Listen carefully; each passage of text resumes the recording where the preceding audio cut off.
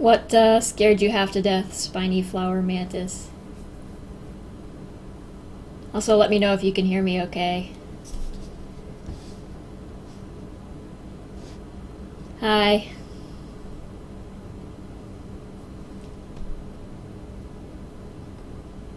How's everyone doing?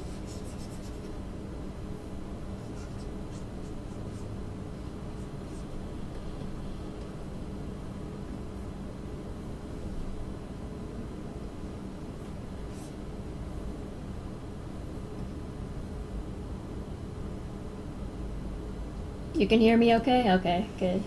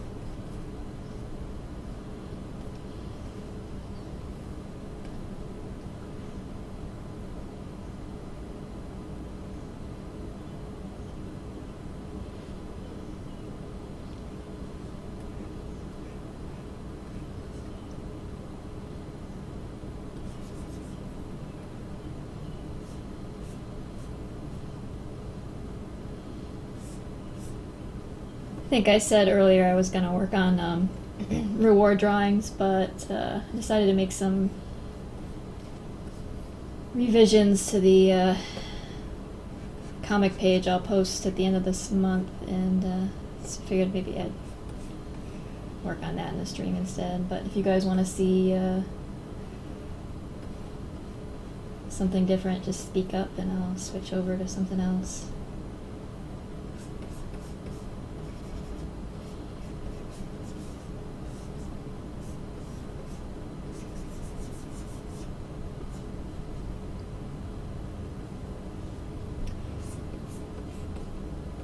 Some of you might be sick of seeing Mordecai's face yet again in these things.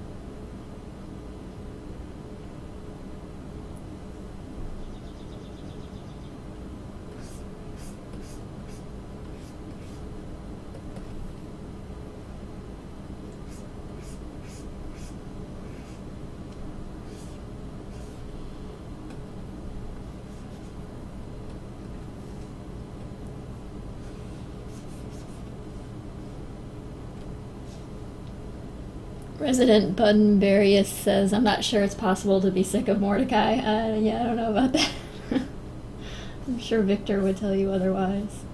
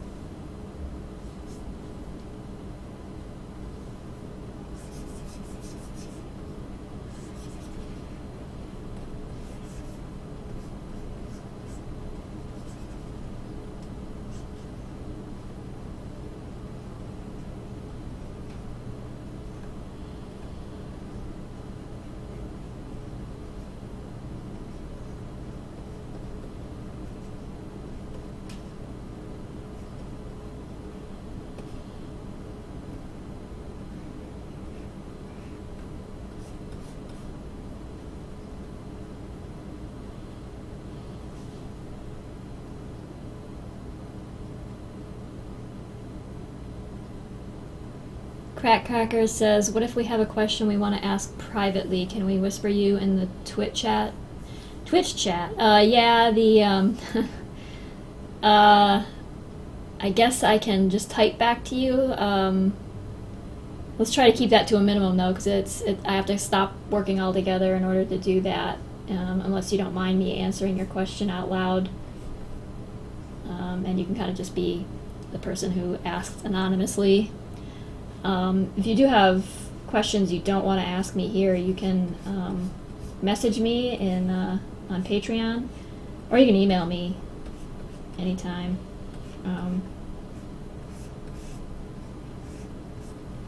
Or message me on Tumblr or whatever. It's whatever's convenient for you.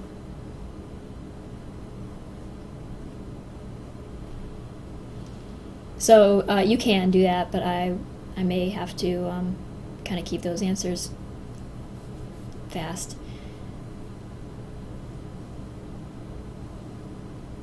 Spiny Flower Mantis says, does Patreon allow private messages anymore? Yes, in fact, they broke it, and I don't think they realized it because I emailed a contact I have there about it, and they jumped on it right away, and I do believe it is fixed. They didn't realize they had broken it.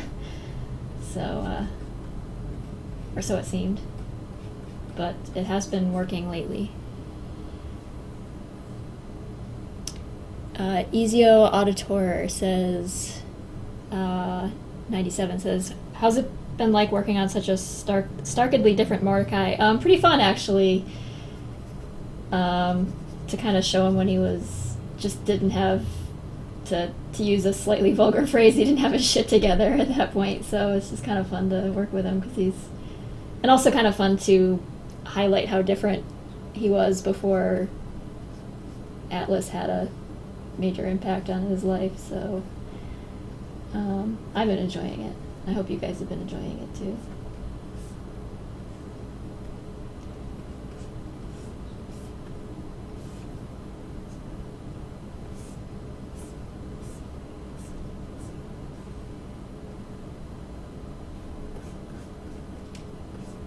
It's always fun to reveal things about characters that are perhaps different from what you might have expected of them.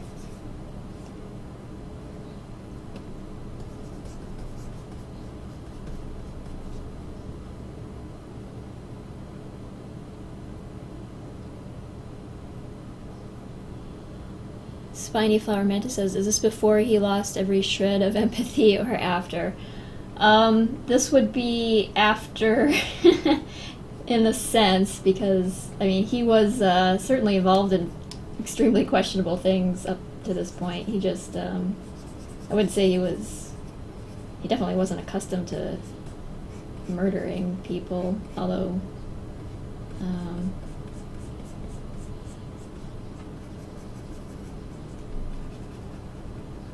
not to give away too much of his backstory, but he had killed at least one person before he got to this place.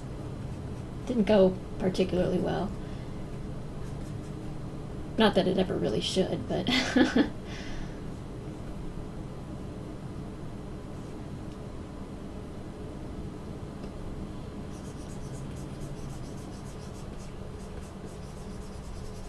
but he definitely got himself in over his head in this particular situation, and so not quite the professional he likes to think of himself as in the current timeline of the comic.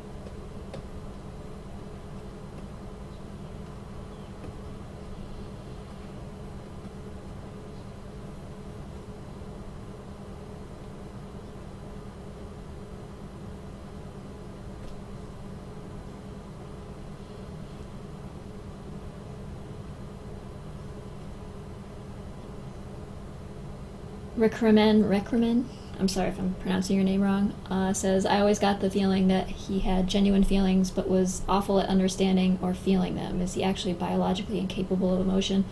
No, he's definitely not incapable of emotion. He just, with the more nuanced emotions, especially the emotions of other people, he's a little bit lost. He doesn't,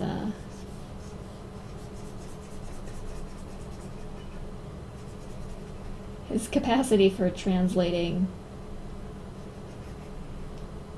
a lot of,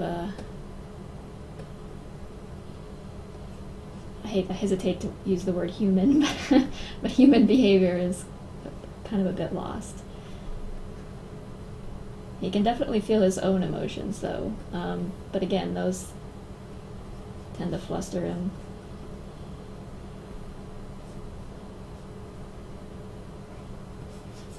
He's just kind of tries to default to calm and collected, especially when he doesn't know what's going on, but it's easy to push his buttons, as Seraphine has clearly figured out.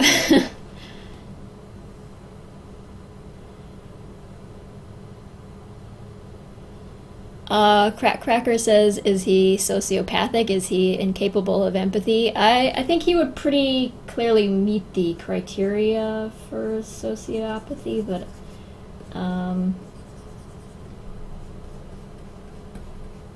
just by virtue of the things he's done. But even now, I think behaviorists are finding that sociopaths aren't entirely void of empathy. They just use it selectively. They can kind of learn to disregard it. And whether he simply bypasses that or doesn't have it, I think I'll let you, the reader, decide. It's more fun than just defining him so precisely.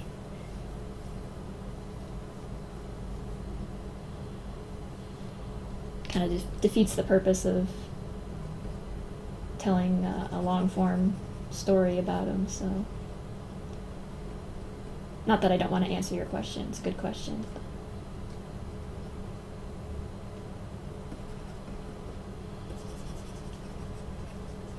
And these panels are pretty messy at the moment, but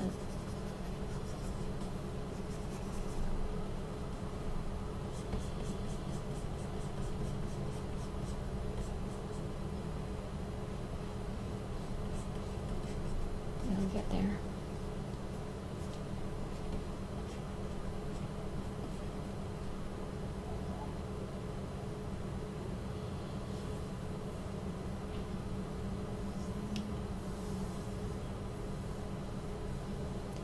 Cracker says, I'm sorry, I missed the second part of your question. Or is he just in an awful spot? Yeah, certainly his circumstances have led to a lot of the bad decisions he's made in order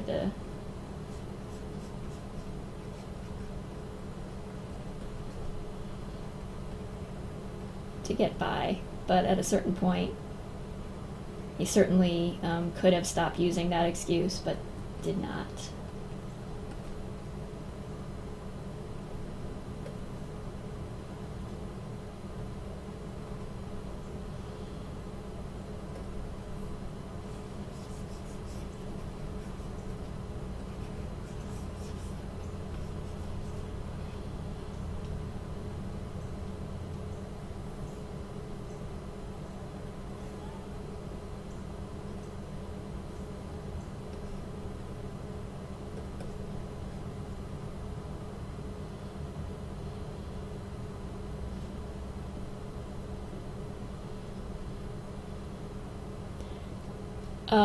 McDupin says, would it be possible to briefly describe the layers you're working on right now? I couldn't help but notice they aren't labeled. Yeah, sorry about that. I'm actually just working on one layer right on top of my pencil layer. I've got a backup pencil layer here so that if I screw up I can revert to that, but yeah, it's just this one layer really, and a background layer that doesn't really have anything in it. It's just the backdrop for the comic, and this paper texture here is a scanned piece of copy paper with the contrast turned up high, and I will use that to add some paper grain back in after I've done all this digital work on the pencil art. And then I've got this top layer that was just some guidelines for perspective drawing, which is my least favorite thing to do, but Spiny Flower Mantis says, did Mordecai ever have a friend? He thought so at one point, yes, and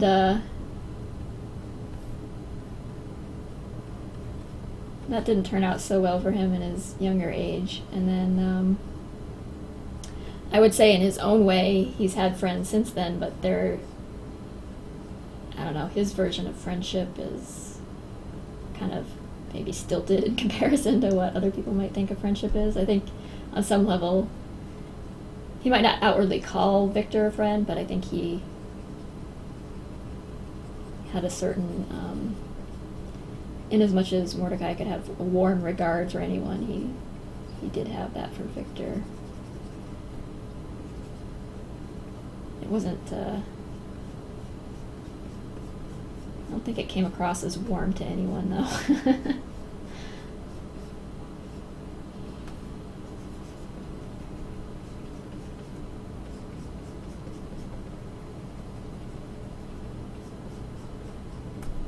Sometimes his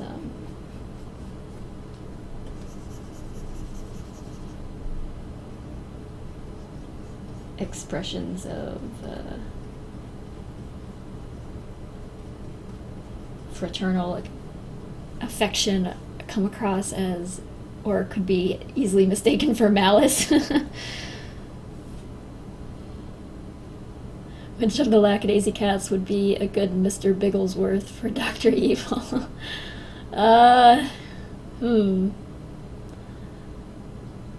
Victor, probably? I don't know. I'm not sure how to answer that. Warm but twisted at the same time.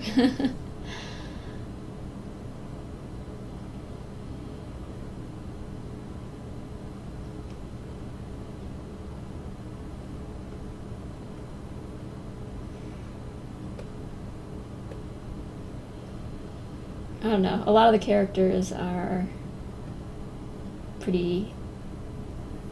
Seems to be a thread that runs through the characters in this comic, is that they're all pretty duplicitous, and they're never really the character they seem to be on some level. In more overt ways than others for some of them, but I'm just adding a little bit of speckly texture. Not sure you can really see it with the resolution on this, but it's kind of a grainy speckle brush that I use for texture quite a bit to kind of convey a wool coat look to this thing.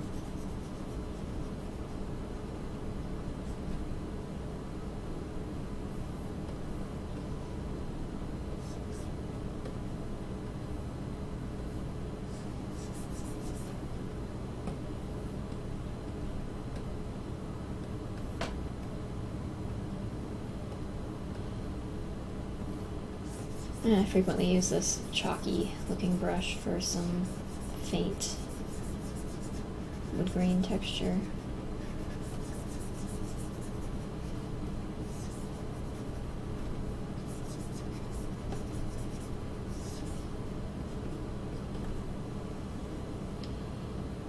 Mr. Victor's worth you.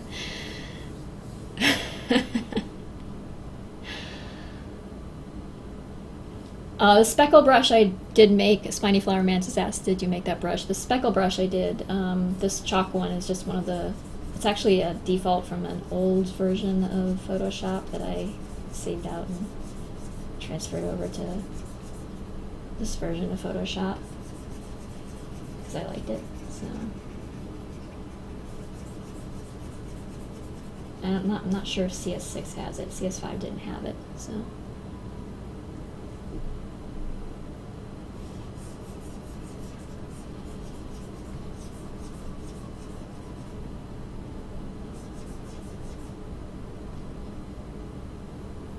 In case you can't see what it is, it's just like that sort of thing. But I'm using it at a very low opacity, so it might not be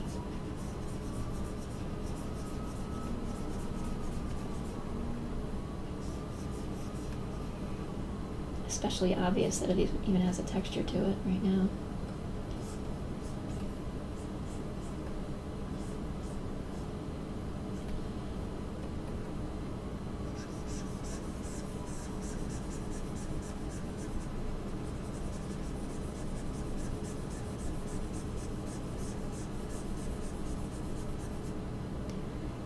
Scruffy says, "Good evening, Tracy." Hello.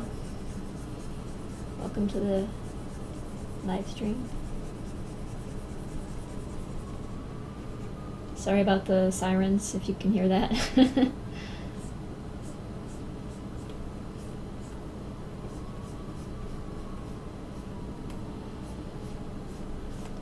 If it's not airplanes overhead, it's police sirens.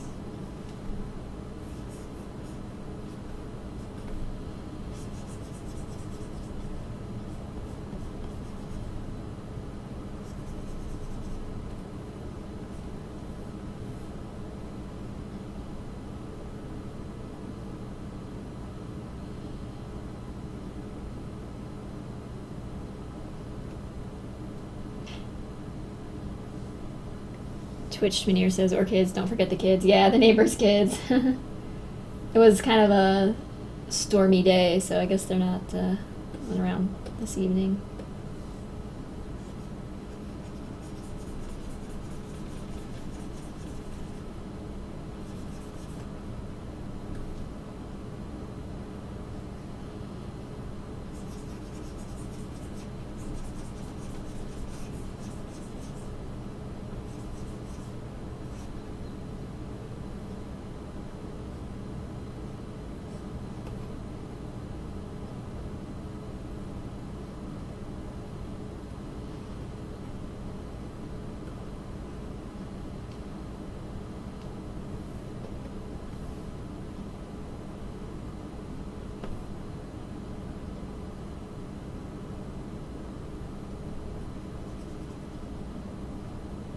Scruffy says, "Genuinely being able to watch you draw is something I've wanted for years."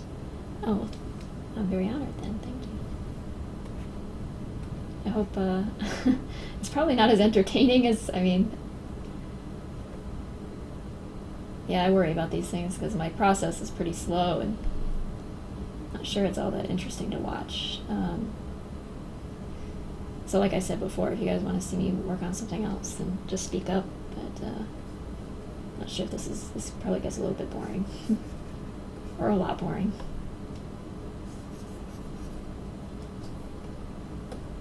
But at least there's some conversation to keep it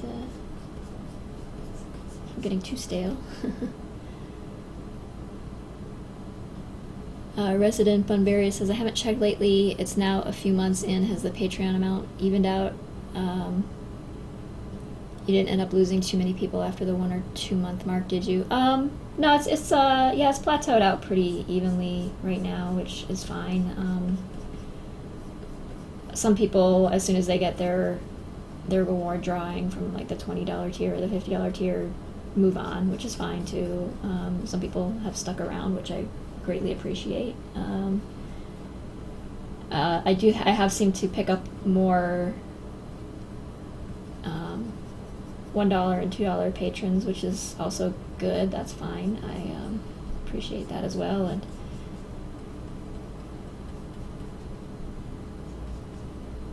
the number hasn't done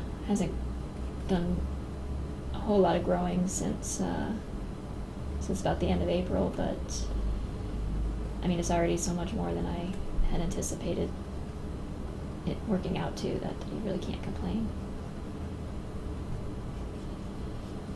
I think that's just the way things work. You know, when there's something new, there's a rush to go see it, and then interest dies off a little bit.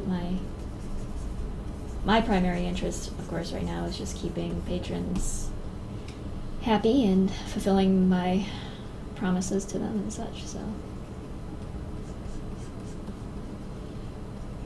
things are good right now.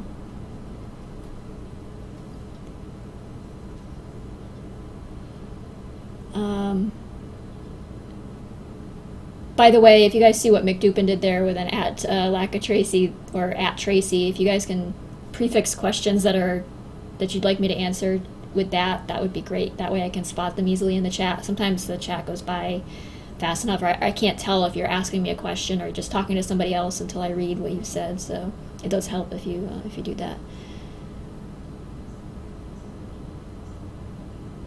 Spiny Flower Mantis says, I'm very, very sorry if I'm being annoying. You can tell me to leave if I am. You're not being annoying at all. Don't worry about it. I appreciate your company. But have you ever been very anxious about meeting new people? Oh yeah, all the time. Oh, there goes an airplane. I'll wait till that passes by to finish answering that.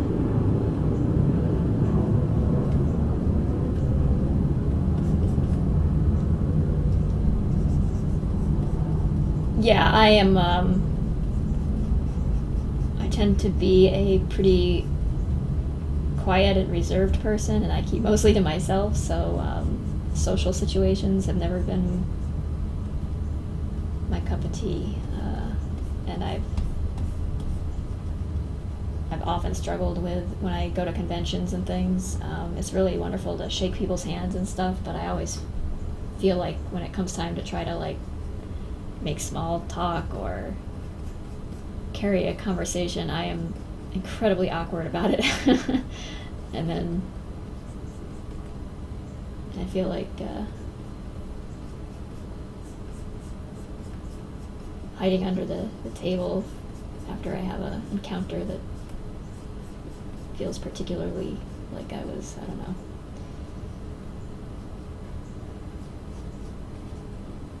incoherent.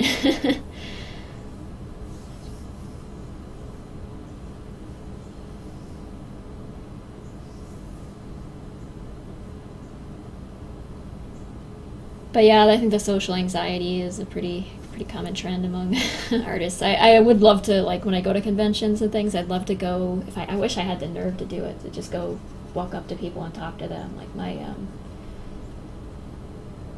some of the people I work with, like Eric from Fourth Dimension Entertainment, he will just walk up to anyone and start a conversation. I wish I could do that. I just can't. And I've missed out on talking to people I wanted to talk to and meet because of it, so sometimes you just have to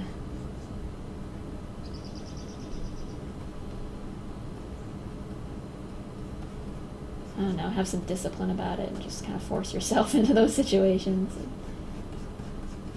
Usually I don't regret it afterwards entirely, so.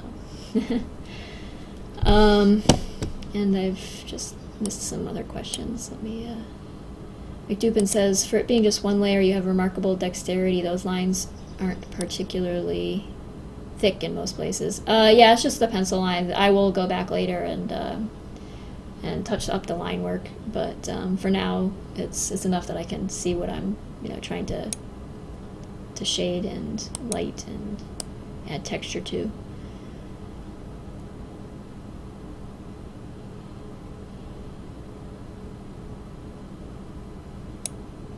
Cracker says, are we going to see more of Virgil? He has his own character thing, but he's in like 3 panels. He's also an absolutely adorable, funny. Yeah, Virgil will be back again. Not in any like especially pronounced capacity, but you'll see him again.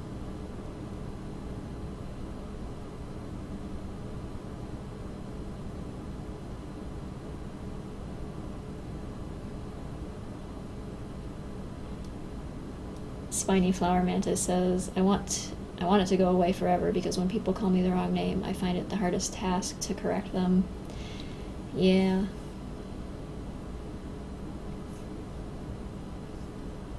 That's,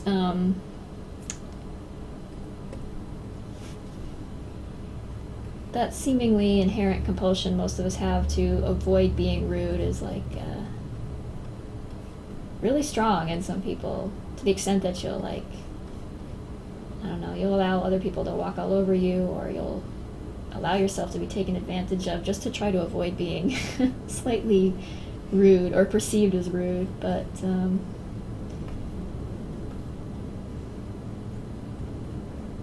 given my track record of being a socially anxious person myself, I'm not sure I'm the best equipped to dole out advice in that department. Sorry, that's become an issue for you, though. I hope you can work through that.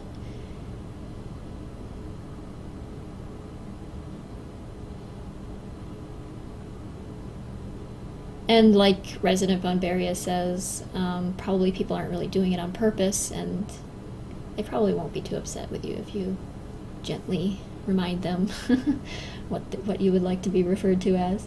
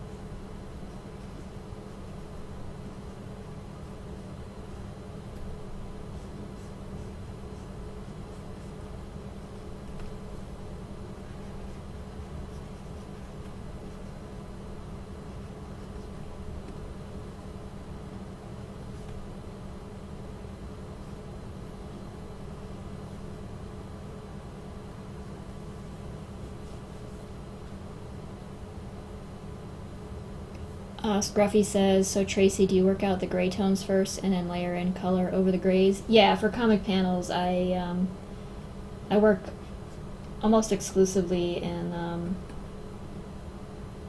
grayscale right up until everything's inked and lit and such, and then I add in my color layers.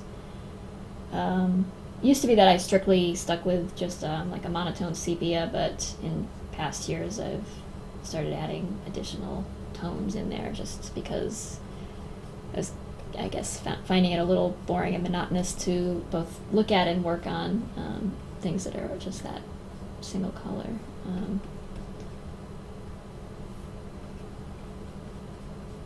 So I usually use color layers and sometimes hard light layers and sometimes just straight up color to add to add the color on top of the grayscale. But it's easier to get the values right in grayscale first, I find. Usually when I'm digitally painting, I don't quite do it that way though. I start with either start with colors or I start with an underpainting that has some color tone in it.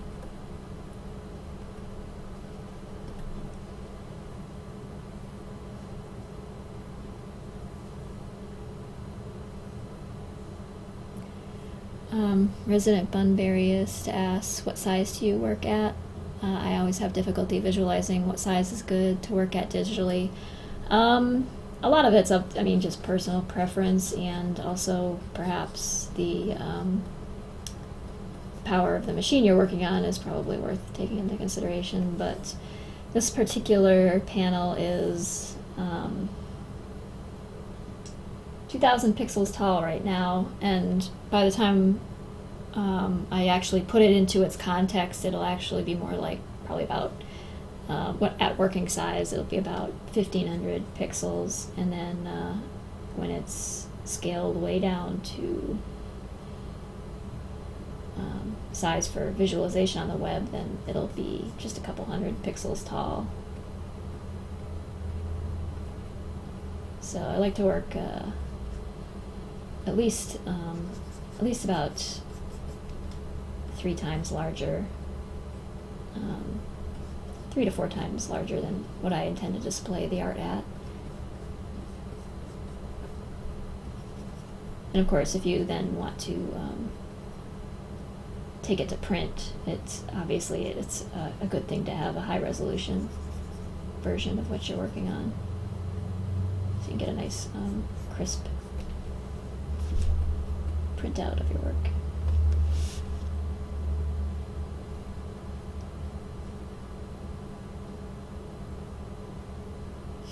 Macklar says, Tracy, do you have nicknames for your characters? Well, they have nicknames in the context of the story in some cases. I don't tend to, when I'm thinking about the characters now, I guess I think of them by their names. The nicknames they give each other are contextual. But I'm open to suggestions if you want to hand out some nicknames.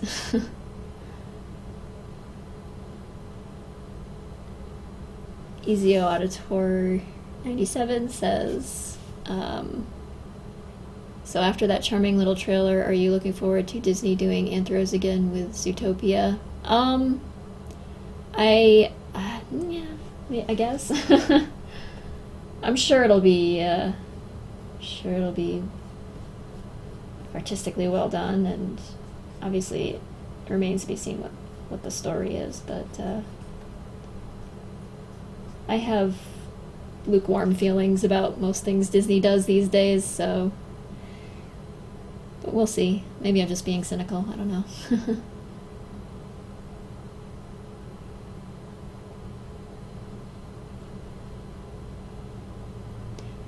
Bosco Rogers says, so my Patreon account sucks. It won't let me log on anymore, and I can't reset my password. Is there any way you can send my patron picture to my email? Yeah, absolutely. I'm sorry about that. I didn't realize you were having trouble with it. I think you can email them, and I know that they don't have an easy password reset right now, which is kind of a bit of a problem, but I think you can contact them at their contact support and get that taken care of. But in the meantime, yeah, I will email it to you. I'm sorry you're having trouble with it.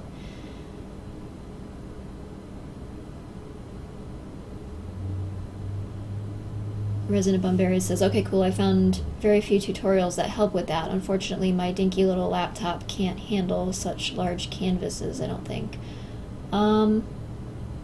I guess it depends on the laptop, but I haven't had too much trouble with, I mean, it doesn't always boil down to just the image size. Sometimes it's just the file format, like PSD files and things like that. They're not compressed at all. And there are ways you can keep their size under control if you're having some trouble. For instance, hiding layers that you're not working with. And even for some reason that doesn't make a heck of a lot of sense, if you hide all your layers and then save the PSD file, it'll come out as a smaller file. So clearly visualizing layers has a lot to do with it. And I think you can also adjust your settings so that if you can save PSDs so that they're not entirely compatible with older versions of Photoshop, but in eliminating that compatibility, you can end up with much smaller file sizes. I'm not sure if you're even working in PSD format though, so I don't know if that's helpful.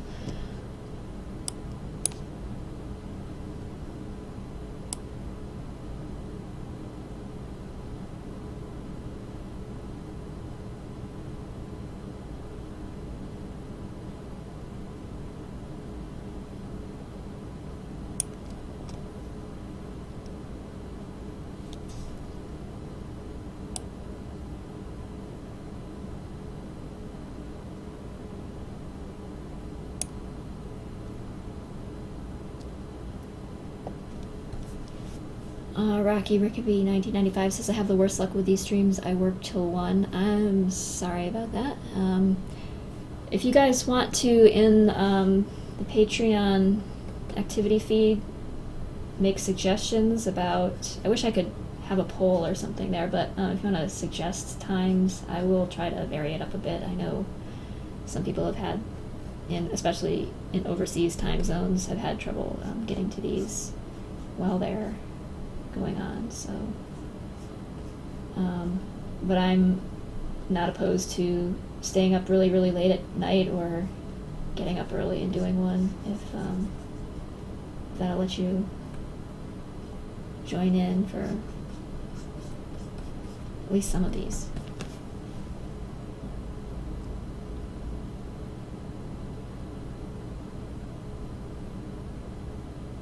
Travis Daly says, what are your rules for declaring a drawing done enough to release? I'm not sure I have any. I don't really have any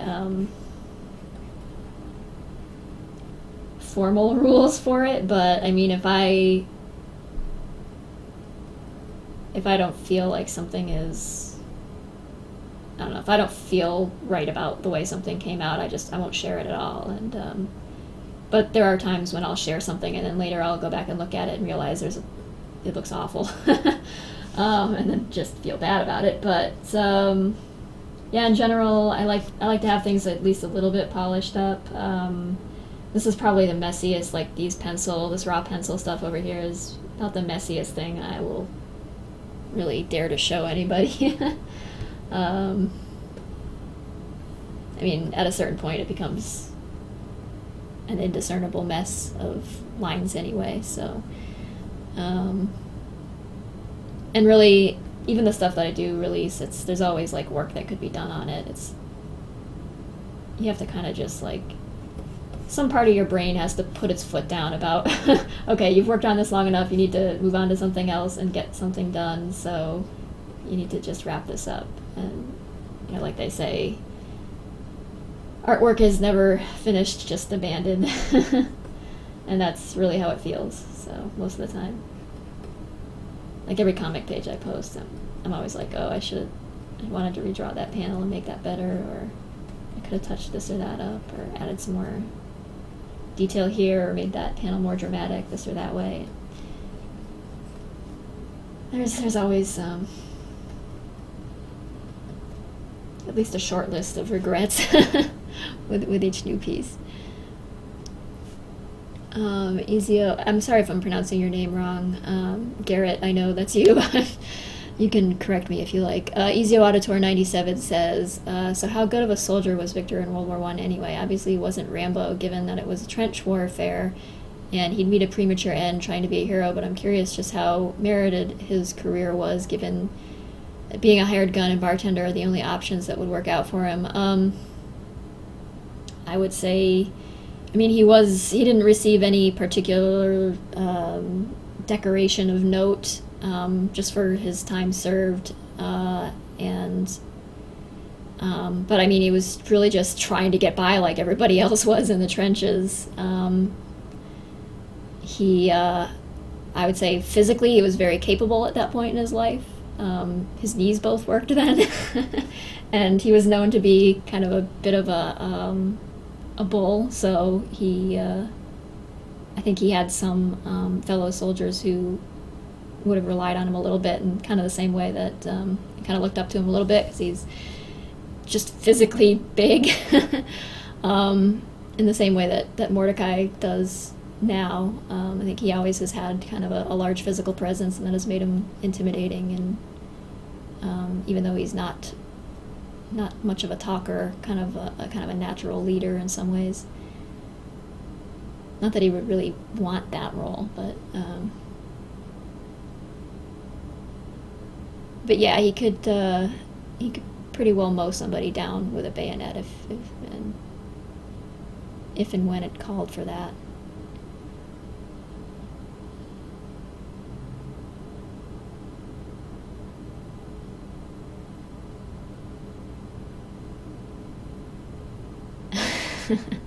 Spiny Flower Mantis says, intimidating, he's a walking fuzzball. Yeah, well, if you ask Ivy, I guess. He's just a big teddy bear. I'm not sure that's entirely true, though. It depends on the nature of your acquaintance with him, I suppose.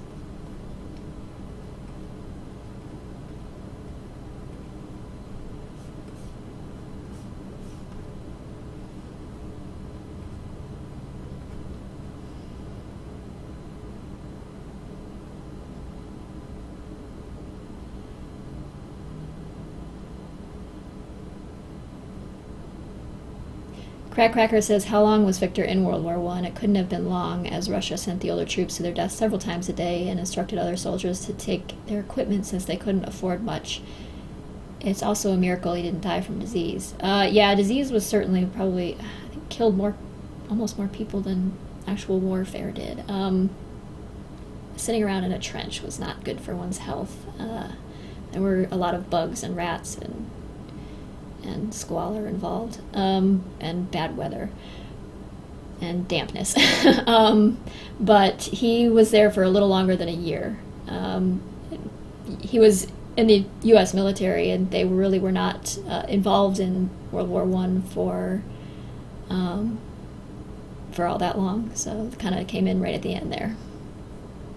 Unlike most of the rest of Europe, which was engaged for quite a bit longer.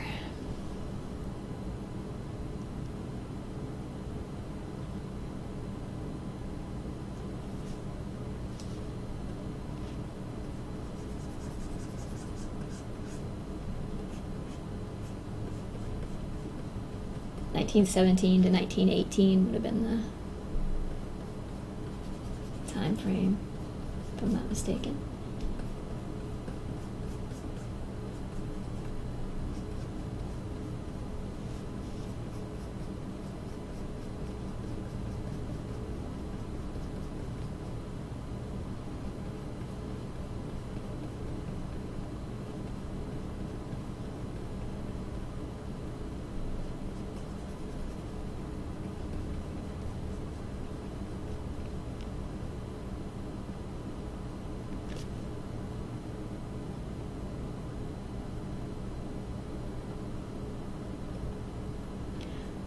Cracker says, I assume he was in the Russian army at the time. Excuse my dumb. Oh no, that's quite alright. I really haven't gone into much detail about it yet in the comics, so wouldn't really expect anyone to know all about it, except for a few people here and there that I've discussed it with, and we've had a little bit of discussion about it on the Lackadaisy forum, but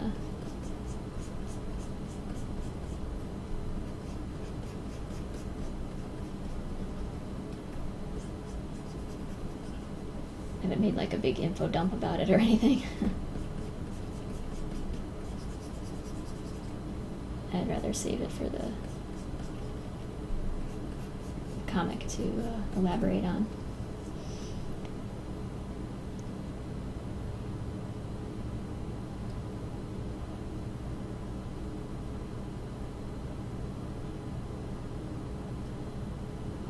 Scruffy says, sometimes it's better for the character if every detail of the backstory is not spelled out. I completely agree. I think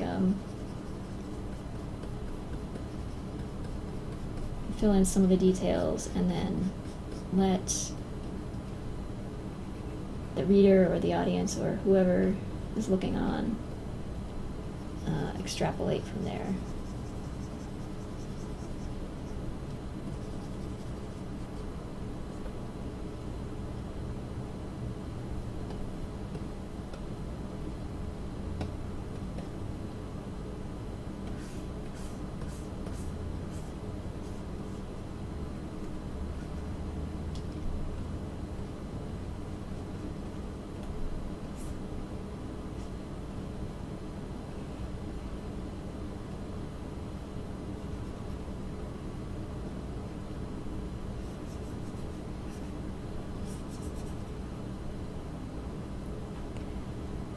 Scruffy says, origin stories are overrated. Yeah, people seem to, I don't know, fans will tend to clamor for something like that, and then when it comes along, it's almost always a letdown. To use a particularly egregious example, like episode 1, 2, and 3 of Star Wars, certainly did not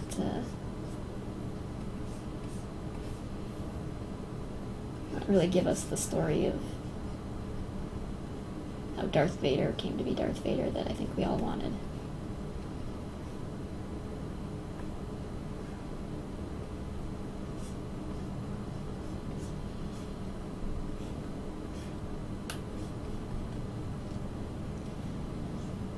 But there's also a time and place for them. Sometimes when it comes time to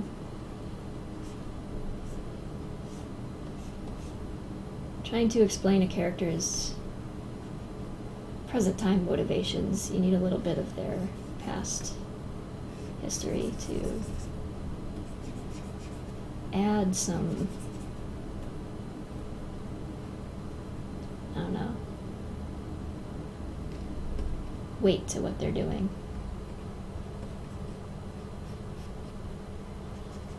Because if you don't know what they're doing or why, then there's not a whole lot of reason to care.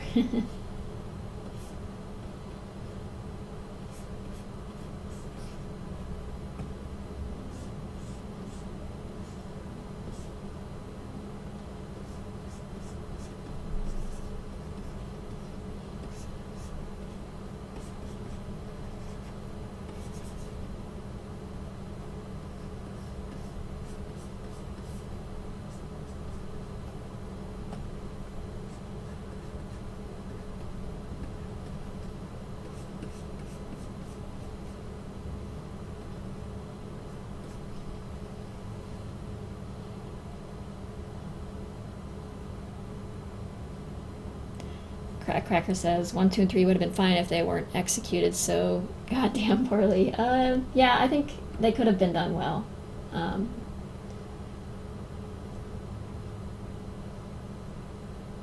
think they were a victim of George Lucas's status as a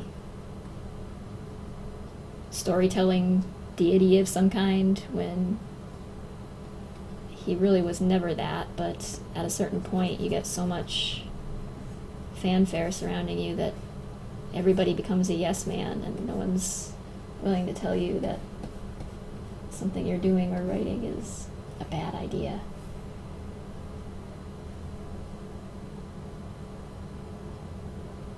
The original Star Wars films had a lot of participation from other writers, script writers, editors, things like that.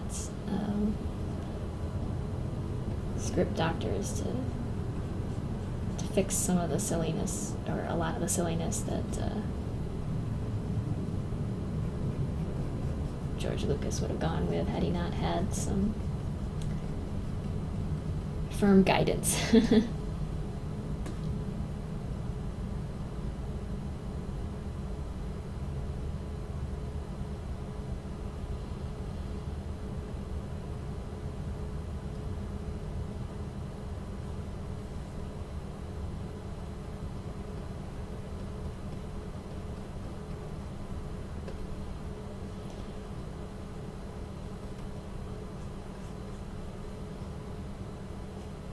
Yeah, some of George Lucas's story decisions were really silly, I agree, says Ezio Auditor 97.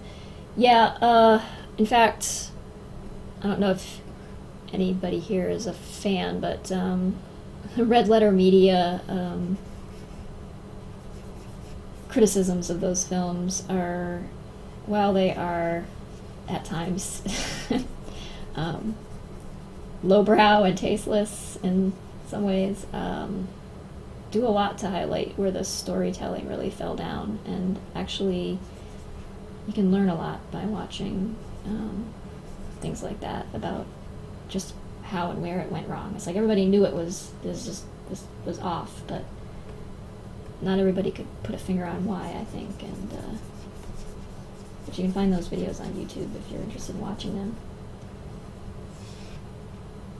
They can be a bit crass at times, the humor, but if you can abide that, then you might enjoy the content.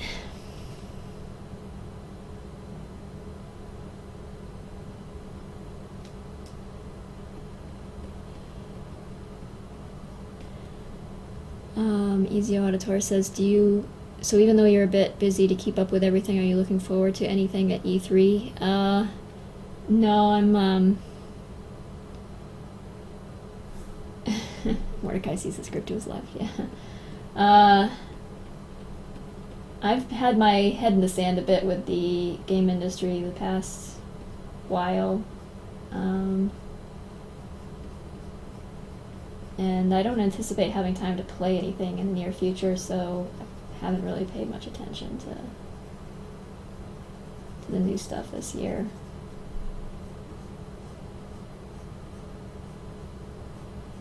But if you have suggestions, go for it. I will take them into consideration if I happen to stumble on some free time.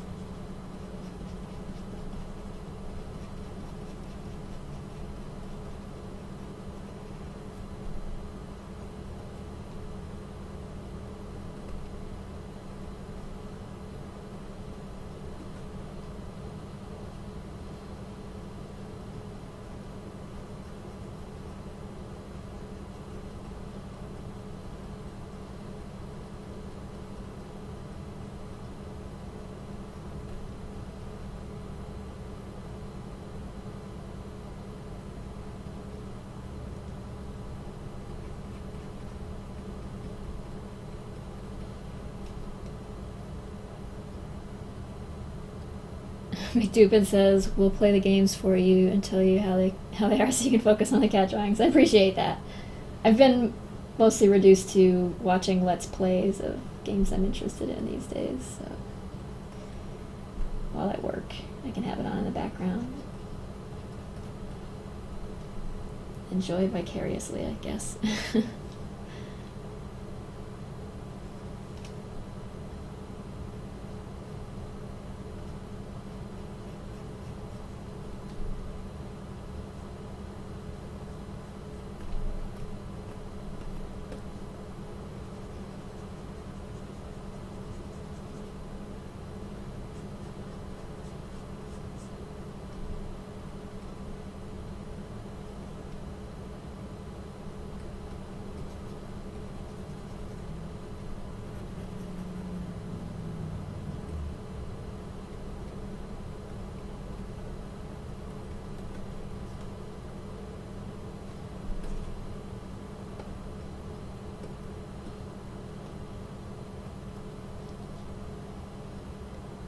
Who do you watch? Says Spiny Flower Mantis. Different people, but usually I fall back on Markiplier.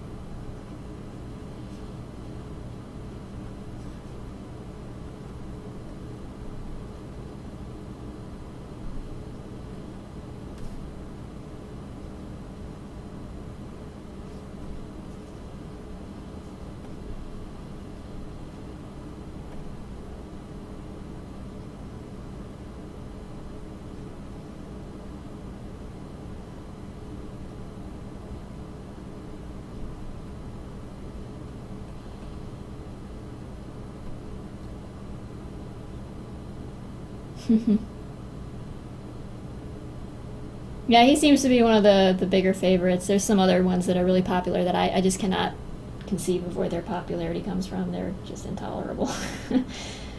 But I'll just leave it at that.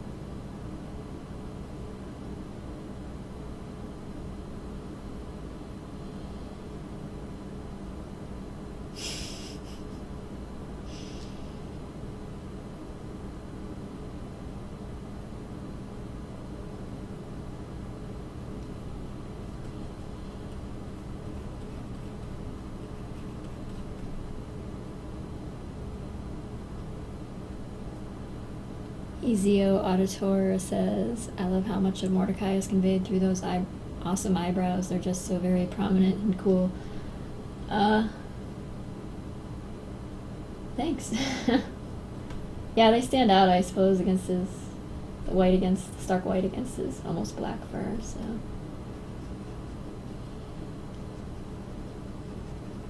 He's, probably one of the more emotionally stunted characters, but also maybe one of the more expressive characters in spite of himself.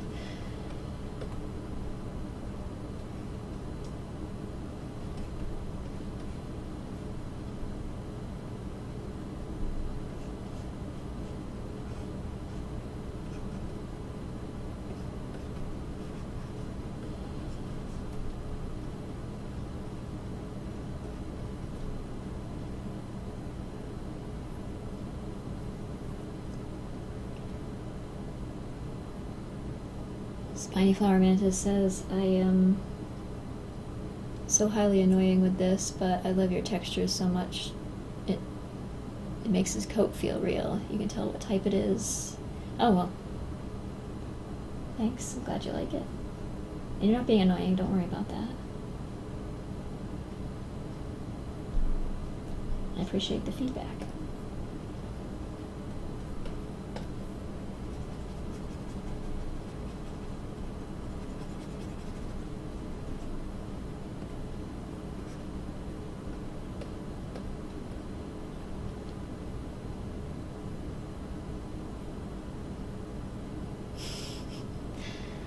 We require Victor Reynolds, says Crack Crackers.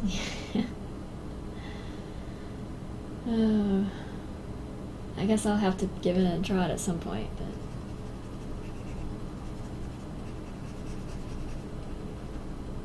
I was hoping somebody else would beat me to it.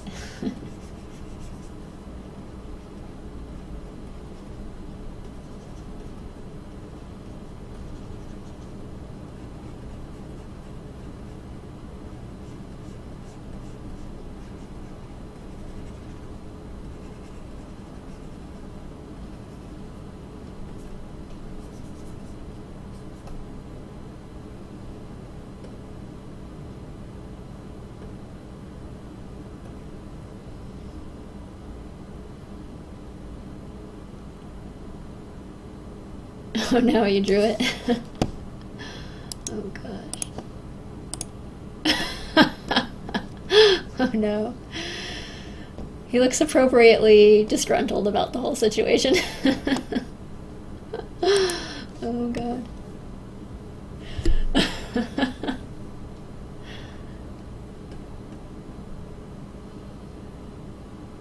That is gloriously wrong.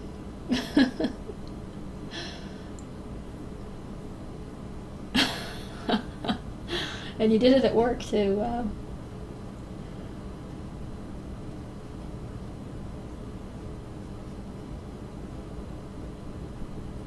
Well, my hat's off to you for having the nerve just to do it.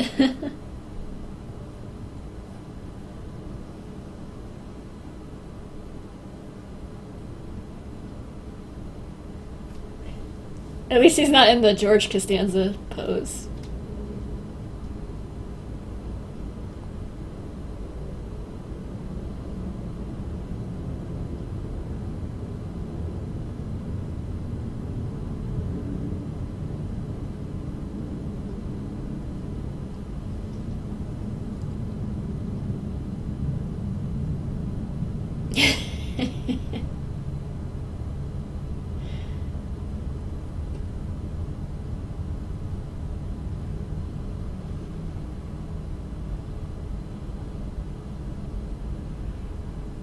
You guys are hilarious.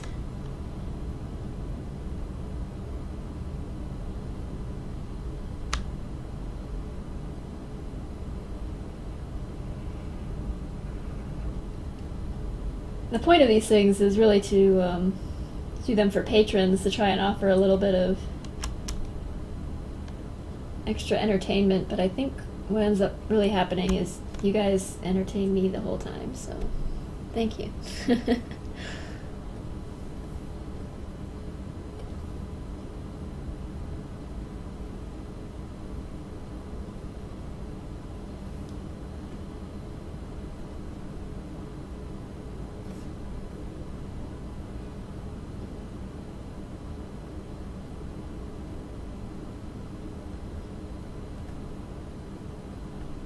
Put a little motion blur on this background out there.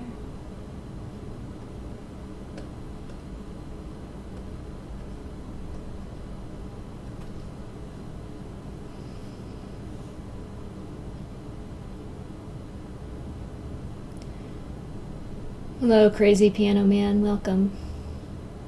Sorry you can't stick around.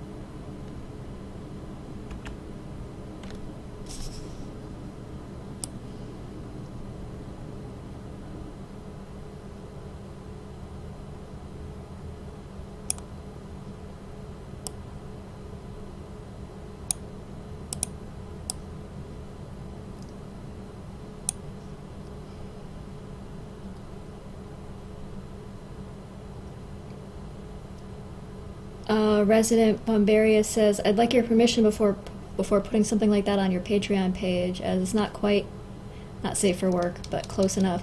Yeah, what I would do is, I can't deprive the other patrons of this beautiful work of art. I would put a thumbnail version of it up there, like maybe crop out the top, the left side or something, and post that, and then let them follow a link to the rest of the image on your Tumblr or something, if they want to see the whole thing. So that way you can have what looks like just a picture of a nice portrait of Victor, and turns out to be an almost full body portrait if they want to follow the link.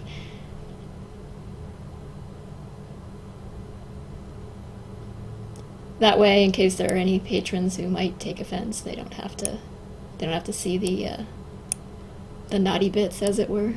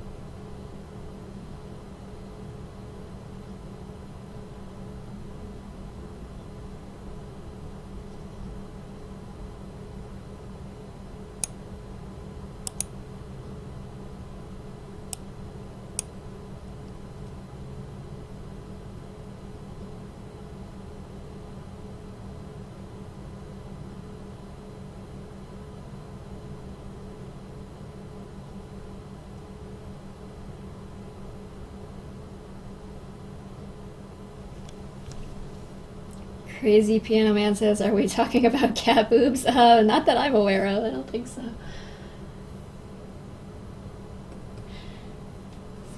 I don't see any need to have that discussion.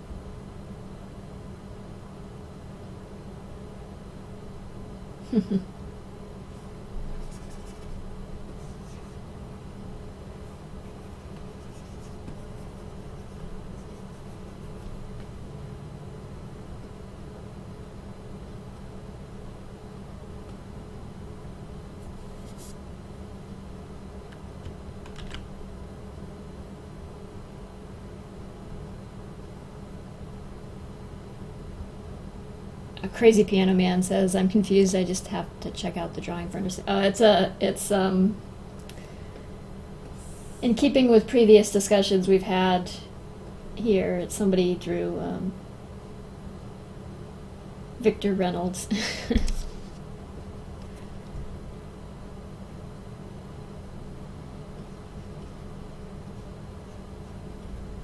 Complete with bearskin rug.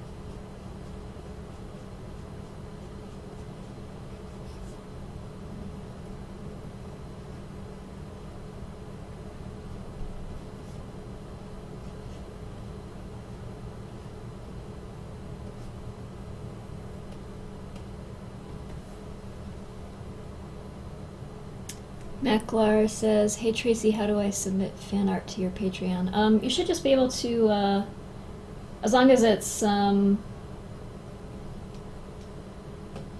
in the realm of a PG to PG-13 rating, you could just post it right in the activity feed. Just create a new post and attach an image to it. Or if you want to send it to me in a message, you can do that. And if you'd rather not post it yourself, or you want to post it anonymously, I'll post it for you. And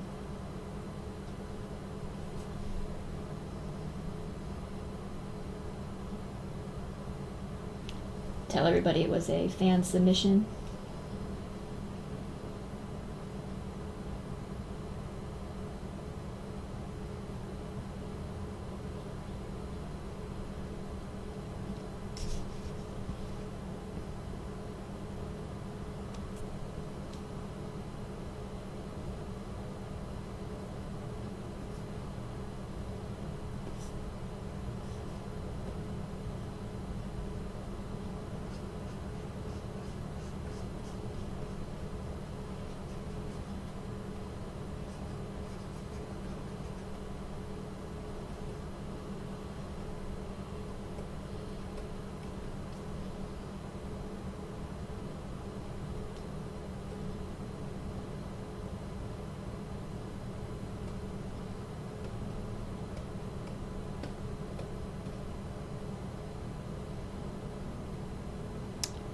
Can you still hear me?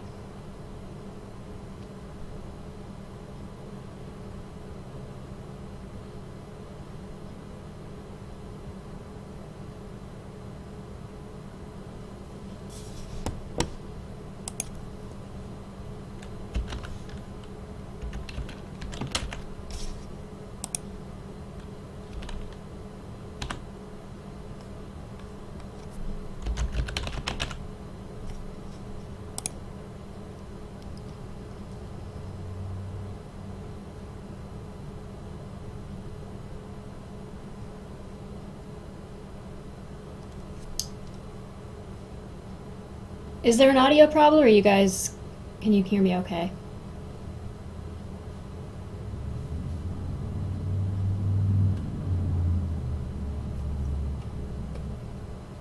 I lost track a bit of the conversation there.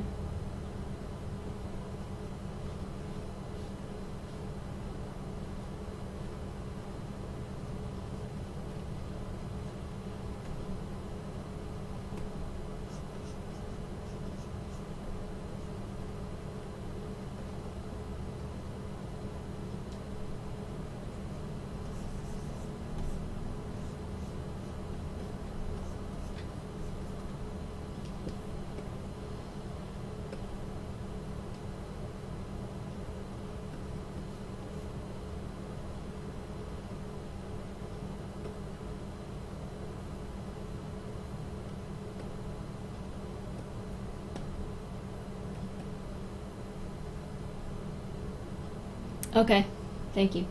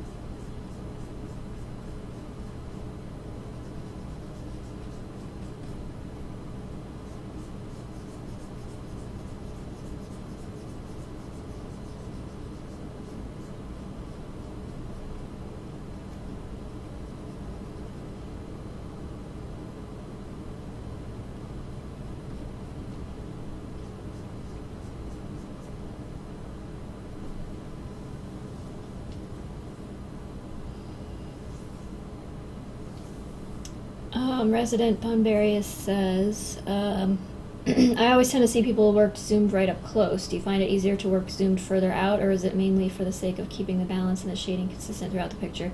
At this stage, I'm working zoomed out a bit. Actually, I'm working zoomed in more than I would be at this stage. Normally, I'd be about here.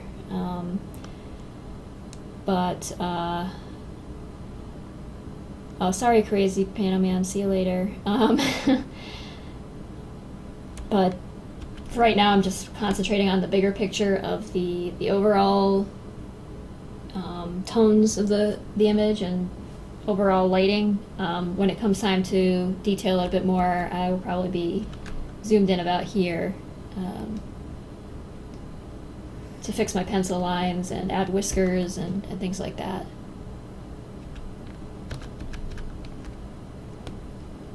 So at different stages, I'm at different zoom levels. I find it's much easier to keep my proportions and overall lighting the way I intend it if I zoom out a bit, because you can kind of suffer a little from zooming in too much and losing track of the bigger picture.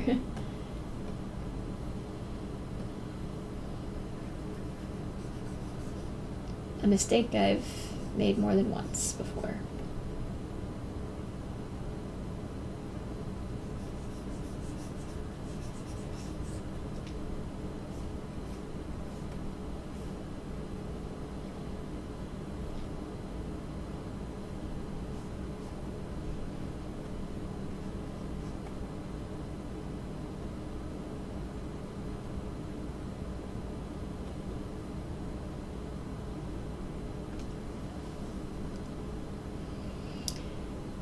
Ezio Auditor says fairly sizable monitor as well, I assume. Yeah, it's a Cintiq 24 HD, so yeah, it's a pretty big display. I actually work more frequently on my smaller Cintiq, which is a 13-inch HD.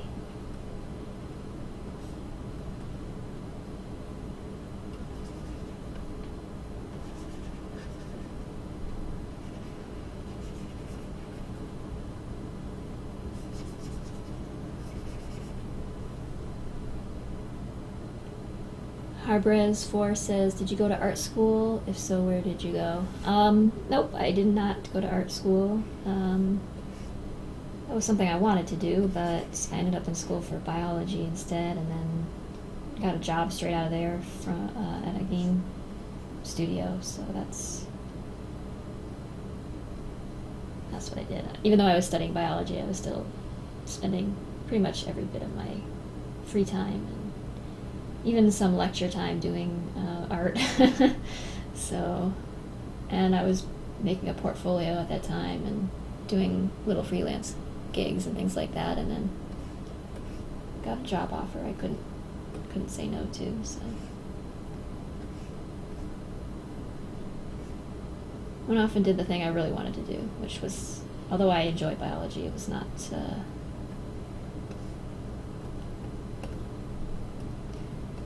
something I love quite as much as art.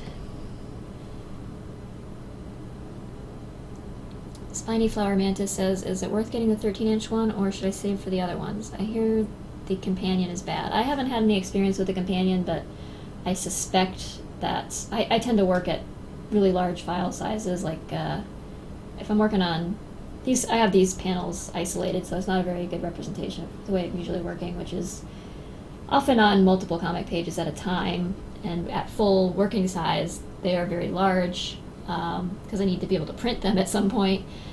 And they tend to be like, I'll end up with a file that's over a gig in size, and I don't think the companion would probably not work out too well. So it's basically a tablet, but the 13 HD that I work with here is a USB plug-in, and I can plug into my desktop or laptop, and that works out great. I tend to be able to sit more comfortably with it, and I think that's really the only big difference with that one and why I enjoy that one more. I also have better luck with the pressure sensitivity on that one. I don't know what it is. It's possibly just Windows 8 or something. But I lose my pressure sensitivity on this big Cintiq sometimes, and it's very frustrating. When you're in the midst of working on something and you're kind of in the flow of it, and then suddenly your pen isn't working right.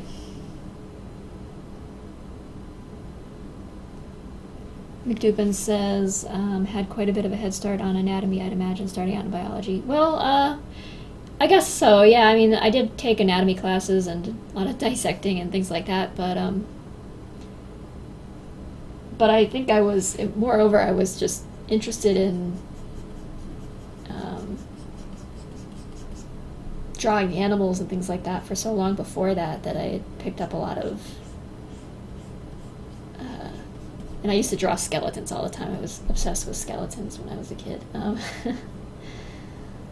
So I would like look at pictures of horse skeletons and other animal skeletons, and then I would, while I was in school, in class, I would be trying to draw from memory like what a horse skeleton looks like and things like that. So I don't know, I think I probably did a lot of my learning incidentally by doing things like that.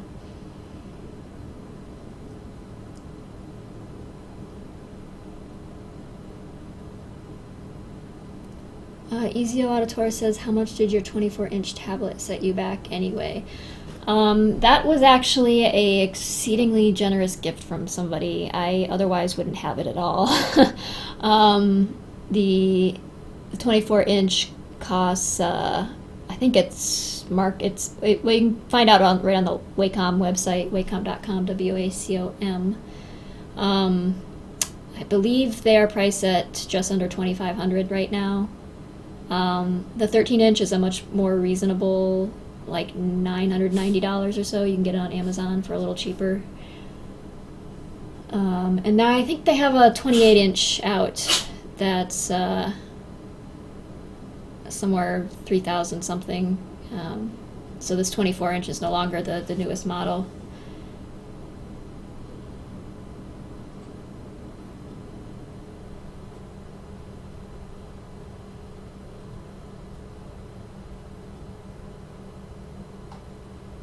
Spiny Flower Mantis says, I don't know if I should buy a Cintiq when I have an Intuos. I used an Intuos for a very long time as well.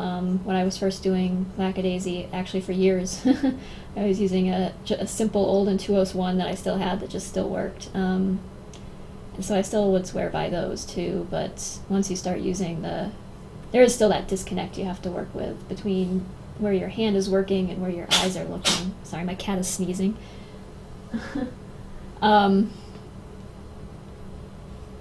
And so the Cintiq will kind of spoil you a bit in that regard, because it's a lot more like naturally just drawing on paper. It's not quite there yet. There's like, I can't even really describe why it doesn't feel quite like drawing on paper does, but still a little bit different. I still prefer drawing on paper, but the Cintiq for all other things I really enjoy working with. And they are exceptionally pricey, but I mean, if you're doing art all day long and that's your bread and butter and pride and joy, then it's probably worth it to invest in something like that.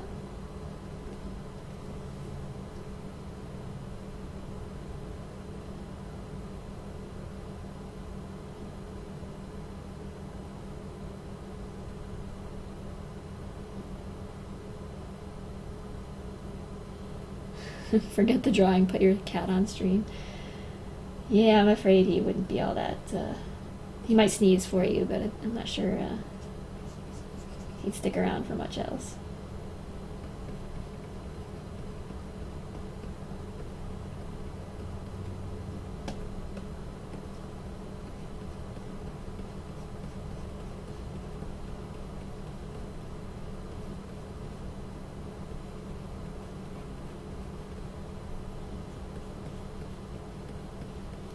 If you were here in person, it might be a different story. He's most of my friends are afraid of my cat. He's a deeply insecure cat. He's been known to lash out at visitors.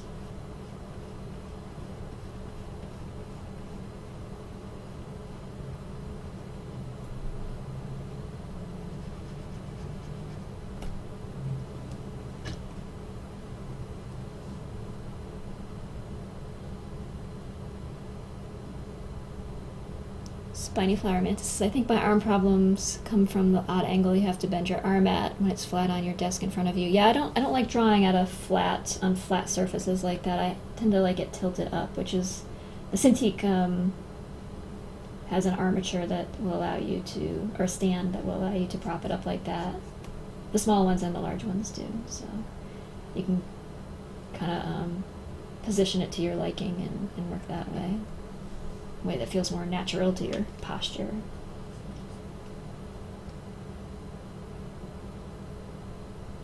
See you later, Max Headroom. Have fun watching Orange is the New Black. Twitch Spooner says, is your cat territorial? I don't really know what it is. He's not,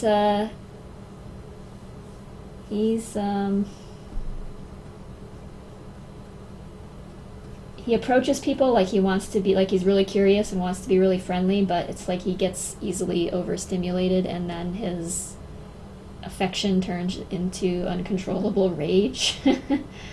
He also reacts really, really badly to laughing. Like if my best friend Candy and I would used to sit around and watch Mystery Science Theater, and he would just go nuts because we'd be laughing and it would drive him insane. And he would latch on to somebody's scalp or go running across our legs with his claws out or take a flying leap at your face. He's, yeah, that's Calvin.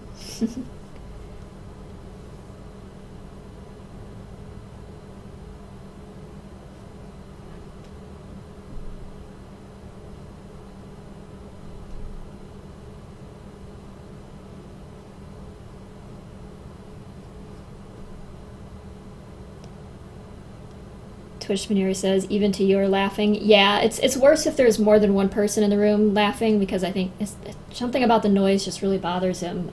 But if I happen to have him on my lap or something and I laugh at something loud enough, he will swat at my face. Cats sometimes react in very odd ways to human expressions of emotion. I've had other cats who've done, like I had a Persian cat when I was growing up who, my mother and I would yell at each other the way teenagers and parents do, and she, as soon as we would break out into a fight, she would start rubbing against our feet really,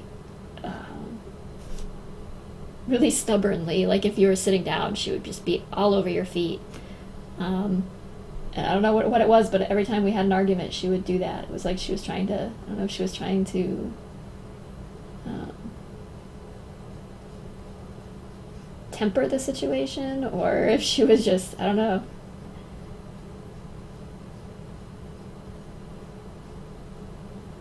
But they're pretty tuned in to your emotions, what they're trying to achieve by the things they do. Sometimes they don't really know. But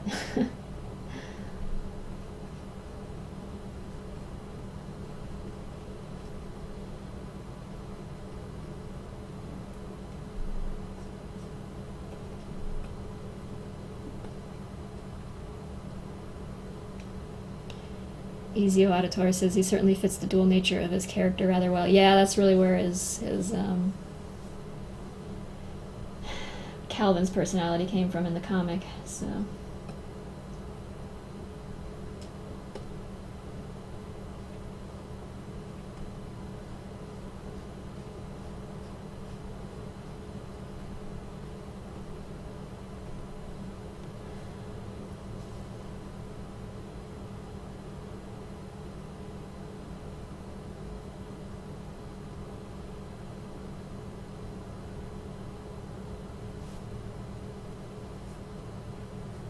Taka the squirrel says, so many scars. Yeah, lots of claw marks on my hands that have accumulated over the years as well.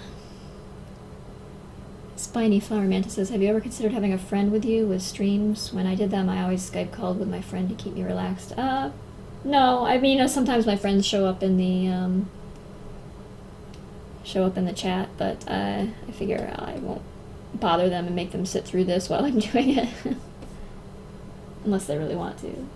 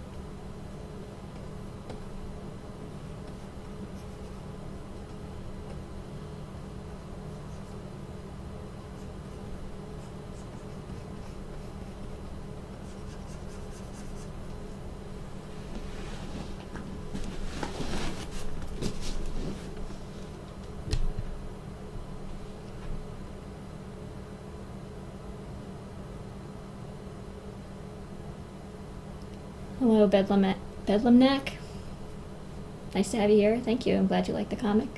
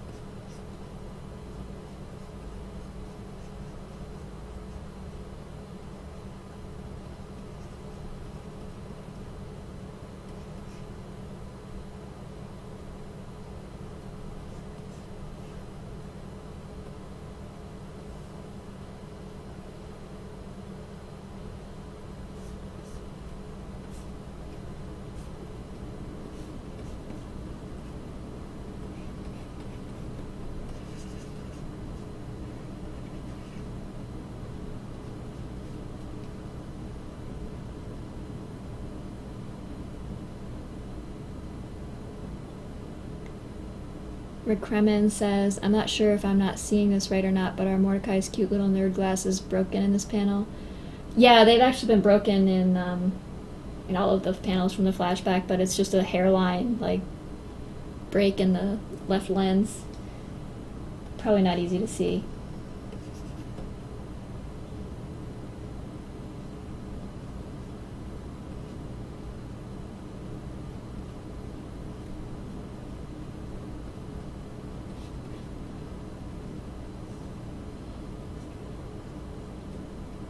So, good eye.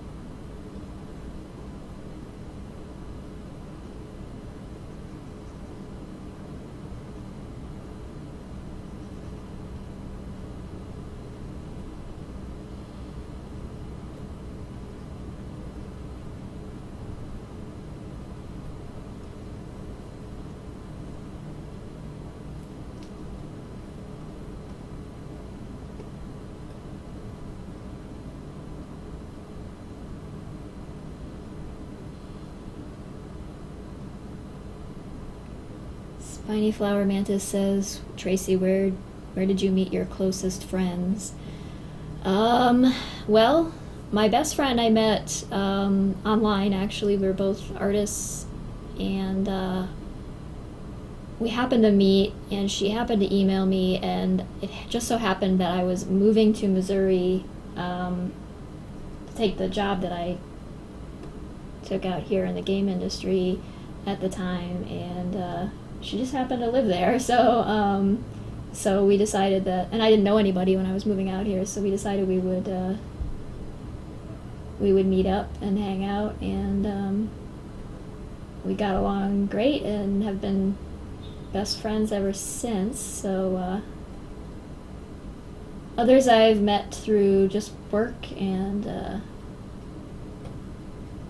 other online acquaintances that I later meet, and we just happen to click, so mostly online. I have some friends too from high school.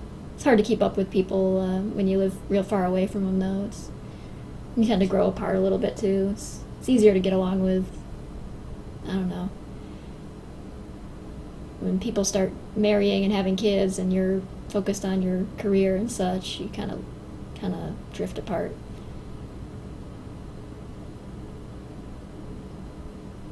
Ezio Auditor says, how does it feel drawing Anthro cat hands while still having them resemble their paws?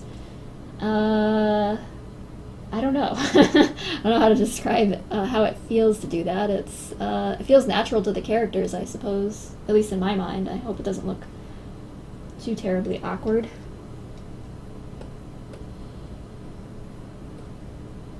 It does get a little tricky at times when they have to grip a gun or something. Their hands are, we've got these like stubby paw finger things going on that don't always reach as far as a human finger would, so it's a little, takes a little bit of fudging sometimes of gun proportions and such to make sure it sits properly in their little paw hands.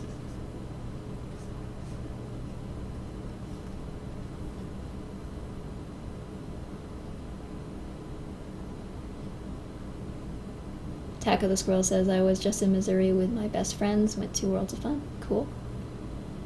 It is quite hot here, hot and humid now.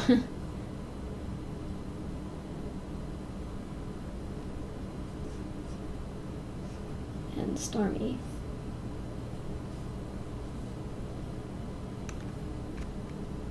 Twitch Manir says, oh my god, Tracy, those eyes. I hope that means you like them, in which case I'm glad.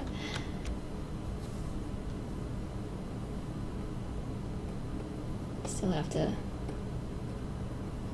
do this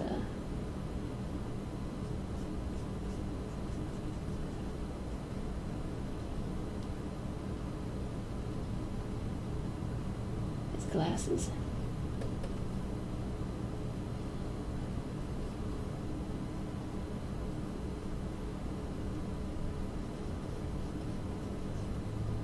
Kind of giving him some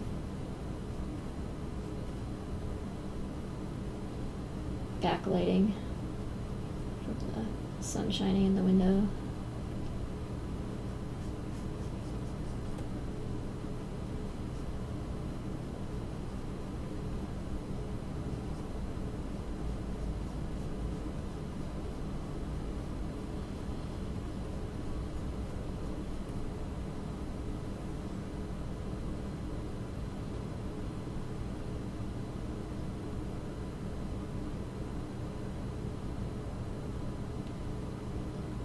Spiny Flower Mantis says, do you find you can't stand younger people? I quickly found out anyone 17 and younger I will not get along with.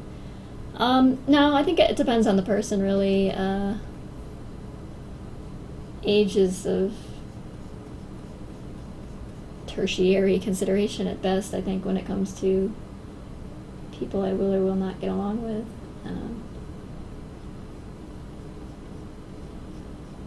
I'm probably not the best person with kids. I'm not like I'm as socially awkward with kids as I am with adults, but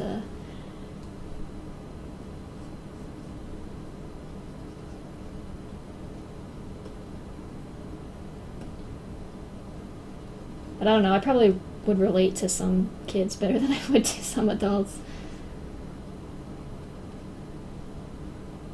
The people who do that, I mean, no judgment at all for people who do the, you know, college, marriage, 2 kids thing. But I just can't really, that's not really my shtick, so I find it a little hard to relate to people who follow that sort of path. I guess I'm just a little more career oriented, and that's always been my top interest, so that and other geeky indulgences that I think parents don't really have time for, understandably. Bosco Rogers says, as far as I know, Missouri doesn't deal with tornadoes like Oklahoma or earthquakes like the West Coast. What weather crap happens there? Oh, we get tornadoes all the time. The airport from which the planes that are always flying overhead that you can hear on the live stream here, that airport was hit by a tornado in, I think it was 2013, and they had to do extensive repairs to it. That's Lambert Airport. And a bunch of houses not far from there were ripped up not too long ago. And then, of course, I think, was it Joplin, Missouri, was pretty much destroyed by tornadoes. Like half the city was destroyed back in, it was either, might have been 2012 or 2011. But yeah, we get tornadoes. The tornado sirens go off here all the time. And I've felt tremors before here. We actually are on a fault line, and there was a major earthquake here, I believe it was the 1880s, in which the ground, earthquakes that will measure lower on the Richter scale here will actually do more damage just because of the bedrock that we have here and just what the ground is made of, I guess. It doesn't have as much give as something along the San Andreas Fault, from what I gather. I've never been in a major earthquake here, obviously. We haven't had one in a very, very long time, so, but we did have one that was very destructive in St. Louis in the 19th century, and from what I hear, there were like geysers of sand just like spewing out of the ground and things like that. You can find some photo evidence of it, I believe, online, but not a whole lot of it, 'cause cameras were really pretty new at the time, so. And we get snow in the winter, and not as much as, I grew up in New England, and we get, you know, pretty sizable blizzards there, and several feet of snow every year, but here we tend to get smaller storms, and the snow doesn't last as long, so that's alright with me. So we've had grapefruit-sized hail here before. There's always like a big, after something like that happens, there's always a big car sale for all the cars that were out on the lot and got dented up by a hailstorm.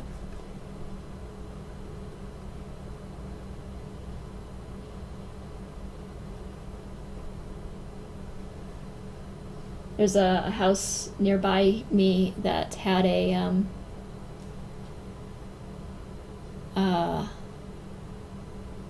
giant elm tree in their backyard, and one of these recent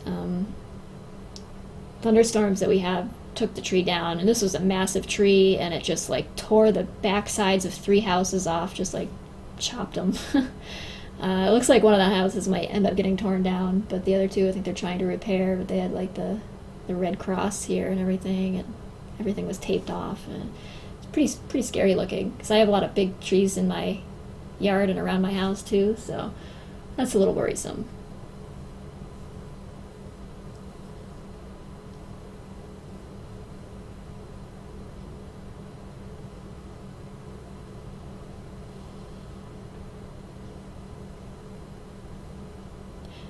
Oh yeah, we get floods too. There was a big one, 1993 or 5, I think, was a really big one in here. The Missouri River flooded, and much of St. Charles was damaged by that.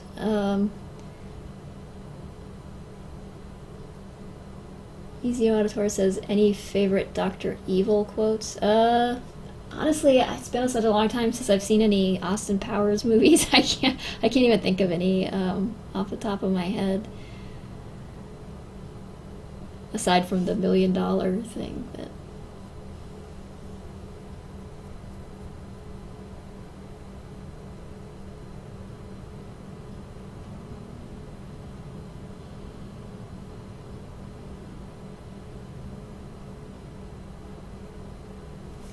What sort of natural disaster did you have to deal with?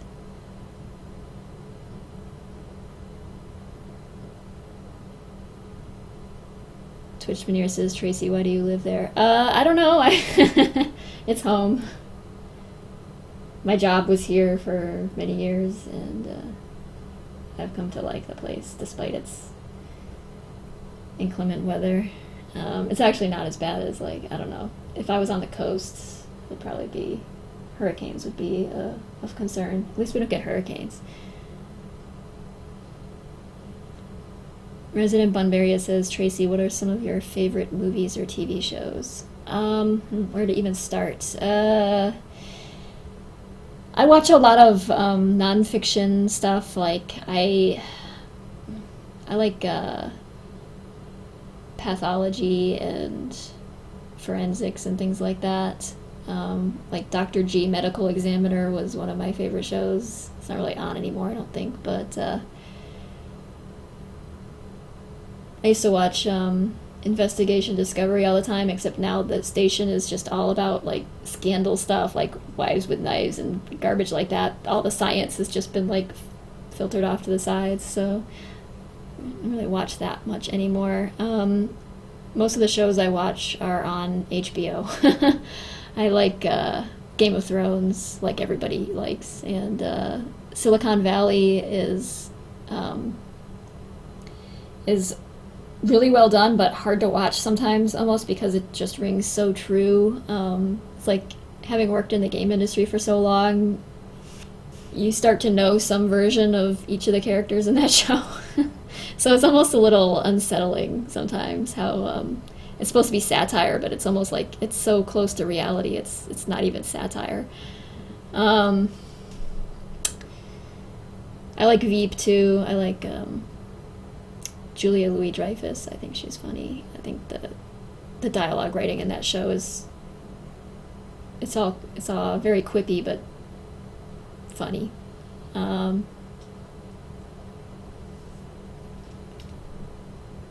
What else do I watch? I don't know. Movie-wise, I tend to veer toward horror films, but not gory slasher stuff. I like I don't know, psychological thrillers, and I have a weakness for David Lynch films for some reason. I also love the Coen brothers and Wes Anderson.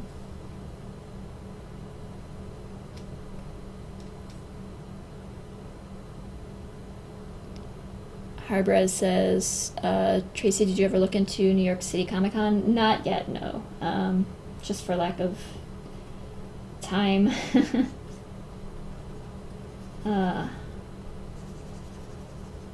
If I end up going, it probably won't be this year, but possibly next year. We'll see what I can swing. But no, I haven't done my research on that one yet.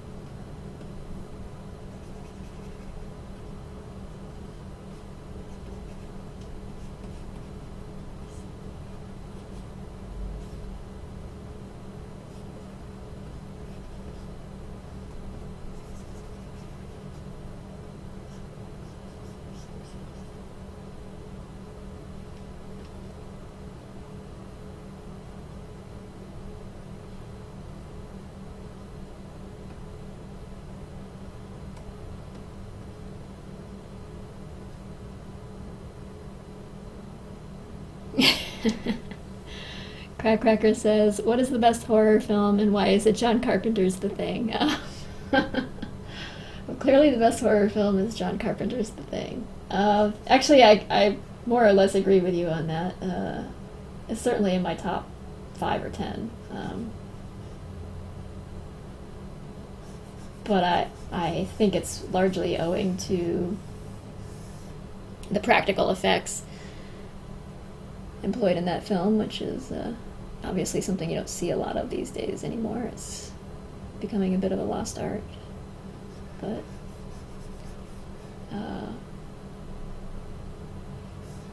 yeah, pretty terrifying. Still stands up today too. And remake they had back in, I don't know, 2007 or 8 was completely disposable.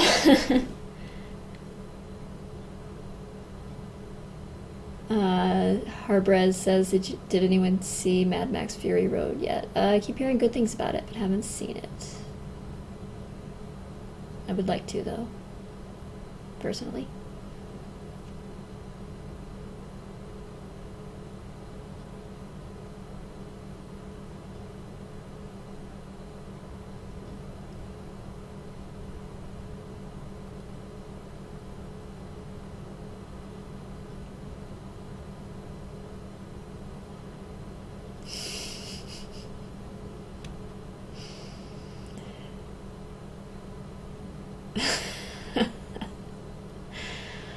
Evil Industrialist says, "What is your favorite Pokemon and chemical explosive?" You know better than to ask me questions like that.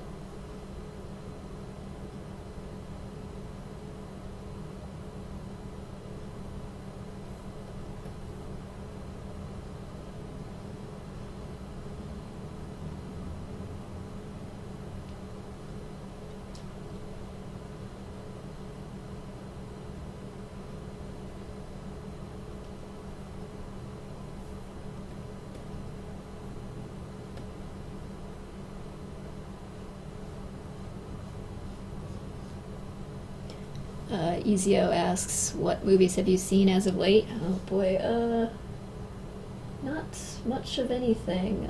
Some random nonsense on Netflix that I turned on in the middle of the night because I just needed some background noise and I didn't really pay attention to. I haven't been to a movie theater in a while, but may go tomorrow with a friend for a bit in the afternoon. Not sure what I'll even end up seeing.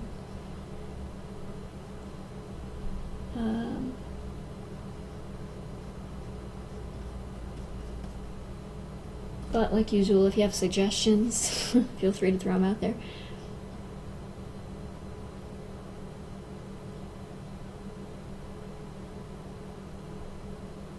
Harbrez4 says, this movie has become part of the culture in Antarctica.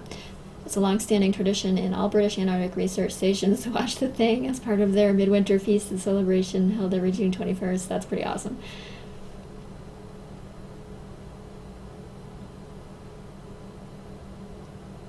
Bosco Rogers, okay, sure. I think I have your email from Patreon anyway, but thank you, and I will get that to you after this.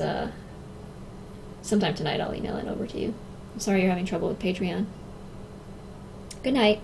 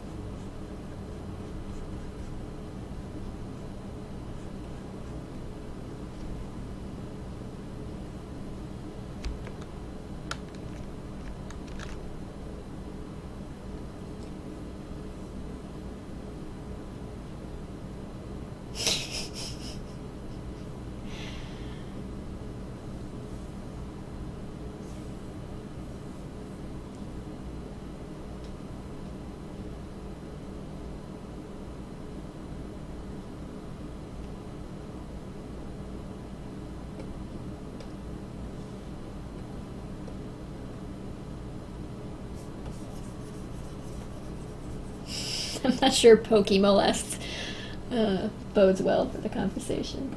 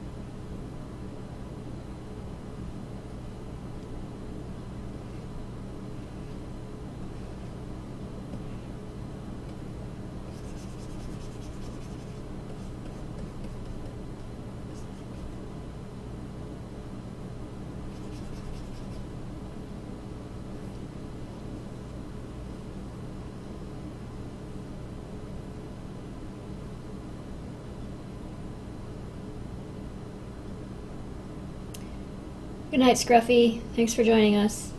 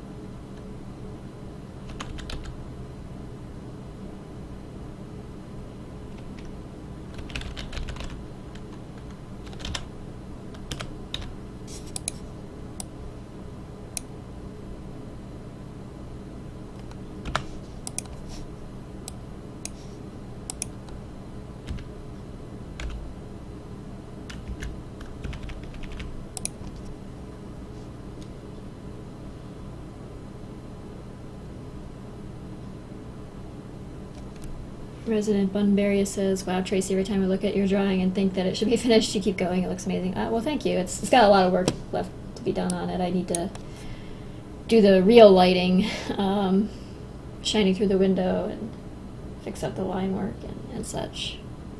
It's getting there.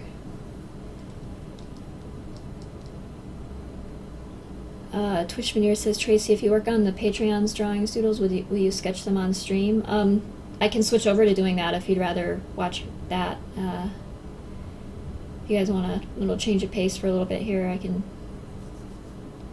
start doing some Patreon reward drawings, just to say the word.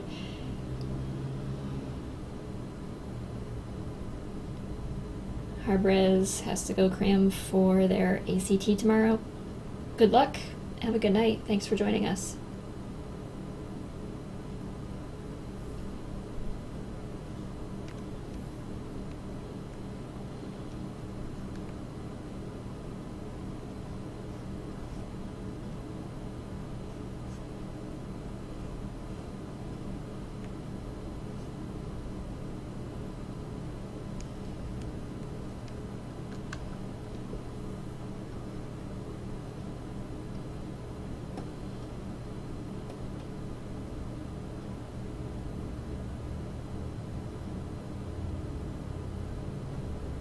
Alright, well, I'll try to, I'll go ahead and move on to the lighting here, and then I'll show you how I do the color layer.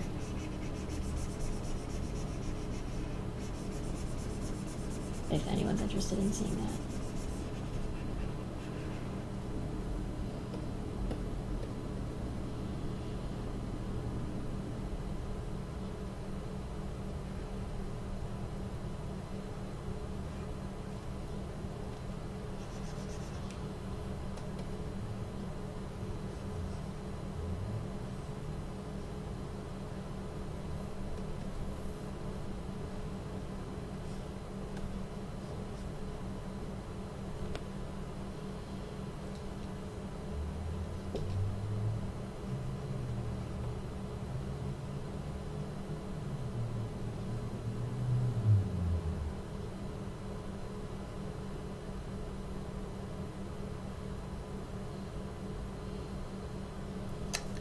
Ezio is posting a link to an interview, which is worth reading, from Dave and Liz there, and has sent me some interview questions too, which I'm in the process of typing up responses to, so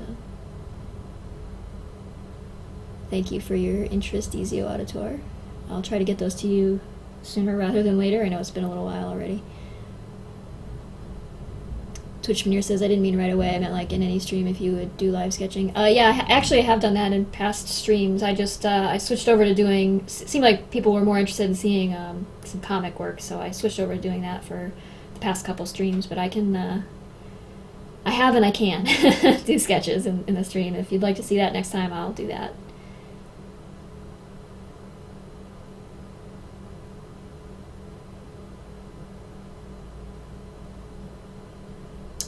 Resident Bunbury says, "Oh, that reminds me, I know there are websites and tutorials for nearly everything art related, but I've never found anything to help me wrap my head around lighting, cast shadows, the like. Do you know of any good resources, other than just real life, obviously?"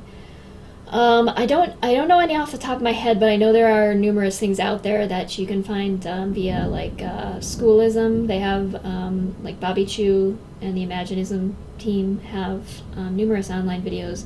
Some of them you need to pay to see, but others are free. So I'd recommend looking at that. And some of them are really great character design things that concentrate on just building up a character using, like, light. And that might teach you something. So Bobby Chu does some of that stuff, and just take a look at his YouTube videos. It's Chu, his last name is Chiu. And there are other things out there as well. I know, like, I want to say, I can't think of her name. Charlie Bowater on, like, Skillshare and Gumroad and things like that have some really good tutorials. It's almost like something you kind of learn. I mean, you do tend to like study it if you take an art class at some point in high school or something. They make you draw like cones and spheres, and that's all about learning lighting, even though they almost never seem to like explain to you why you're drawing cones and spheres and cubes. And it's about value and light and things like that. So you can do like those exercises, but it's almost something you learn more just by organically kind of like I mean, you do your character drawing and then you want to start painting it, and then you start thinking, well, it would look more interesting if it had some dimensions, so you start working with that sort of stuff. And looking at reference images can help too to some extent, but I think once you kind of understand how light works, it gets easier. So working in 3D has helped some too, I think, for me anyway.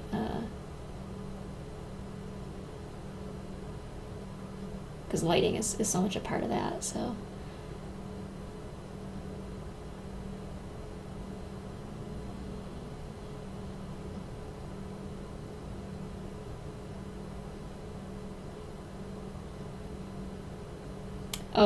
Evil Industrialist is recommending Scott Robertson. Yeah, I would. Pretty much anything Evil Industrialist recommends is probably useful. I happen to know this person, Mike, and he is a professional concept artist, so you can take his word for it. Spiny Flower Mantis says, do you ever recognize some of your fans outside of Patreon? Some of them, yeah. Some of the names I recognize every now and then. People who come in from like the Lackadaisy forum or something.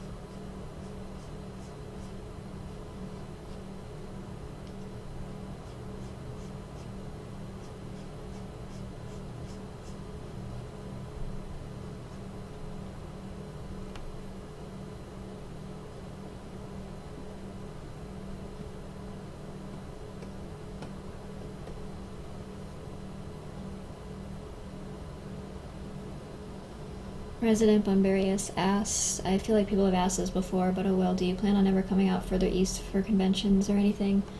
I do, yeah. I know New York City Comic Con is one I've talked about possibly doing in the future, or possibly Dragon Con.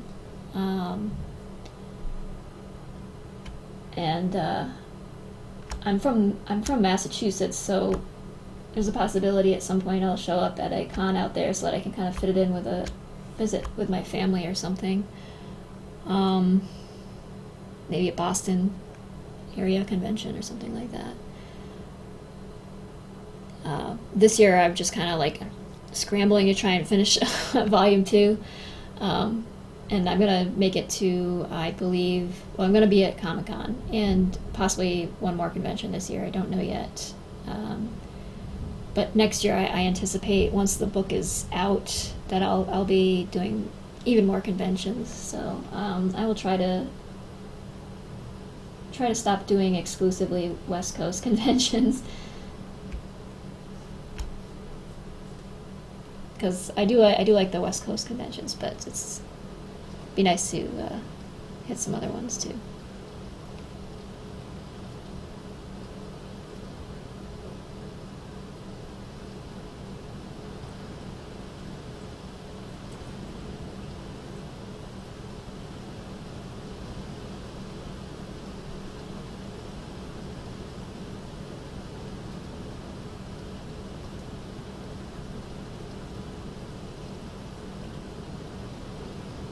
Attack of the Squirrel says, check out Anime Nebraskan if you get a chance. I guess that's in Nebraska.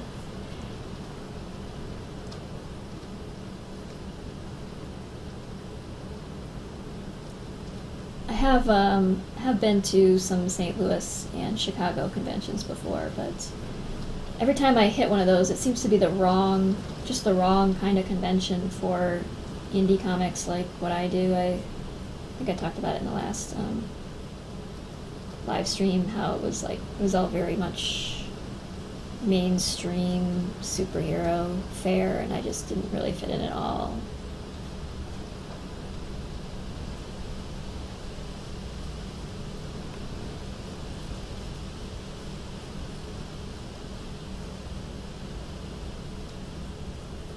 One of those conventions where like all of the guests of honor are like former porn stars and things like that. I'm like, what am I doing here?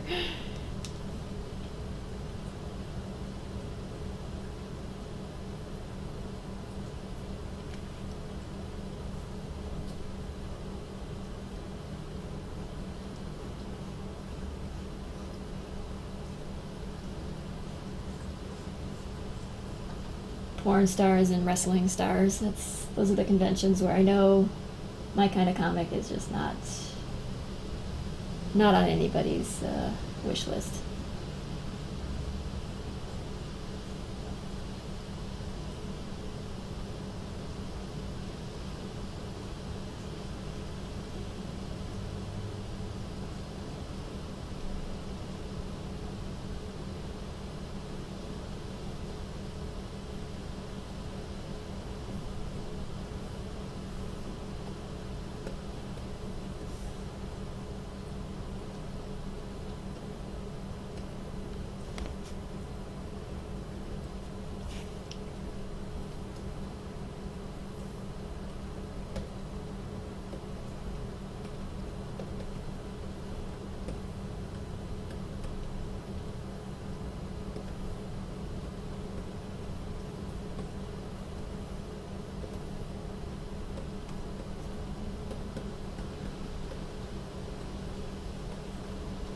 I like to use these, I don't even know where I got these from, these old, these go back to some point when when I was using Photoshop CS2 or something. Splotchy cloud-like brushes I use or have been using for the lighting coming through the windows in these.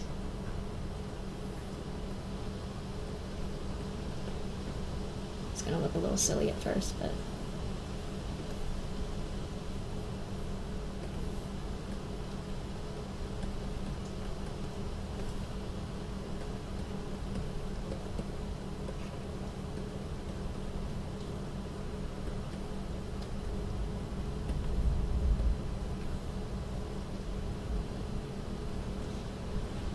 I like the fuzzy, grainy look it gives. Kind of always chasing after that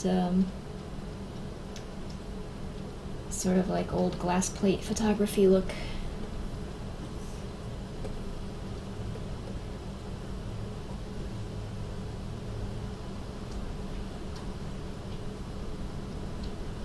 Attack of the Squirrel says, we don't tend to have any porn stars in our artist alley. It's pretty cool. Well, that's good to hear.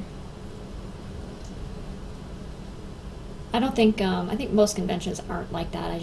For some reason, I just ended up at a couple of those at some point that it was a disaster. It just made me realize that there are, like, completely inside of the comic culture, there are, and entertainment culture, there are many subcultures, and some of the conventions are just of a completely different nature. You can't just go to any convention and expect that it's going to be full of people who are interested in your comic. But I just have happened to have had better luck with that with West Coast conventions.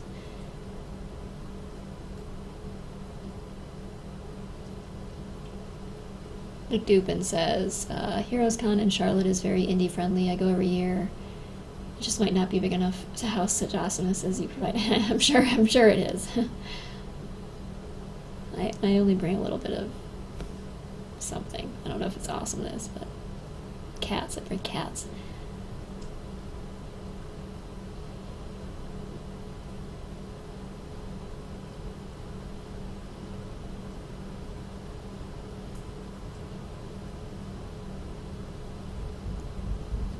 Ezio Auditor says, having an indie-friendly con is very important. I certainly know where you're coming from there. Dave and Liz went to DragonCon once, and despite it being mainstream, they said it was has a nice appreciation of indie comics too. I might be biased because of the Warhammer cosplayers. Yeah, I've had coworkers and things who've gone there who have enjoyed DragonCon, so I've heard good things about it mostly.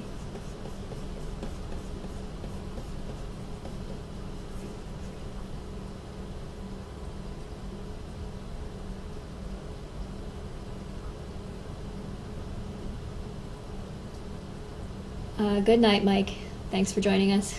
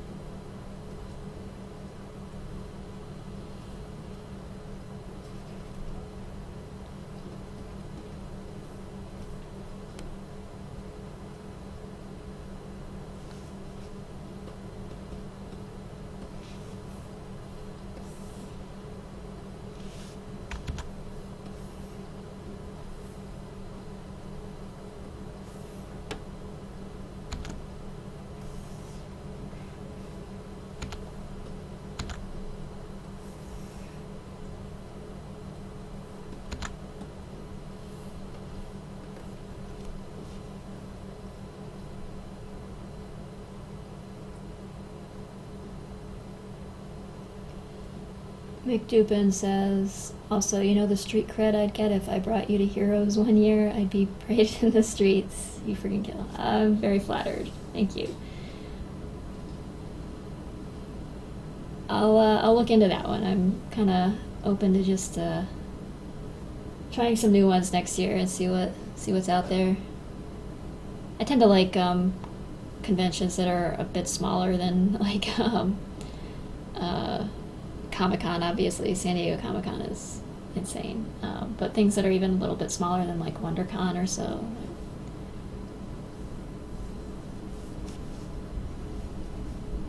It's a little less frazzling. You can kind of just enjoy the show a bit more when you aren't completely overwhelmed by everything going on around you.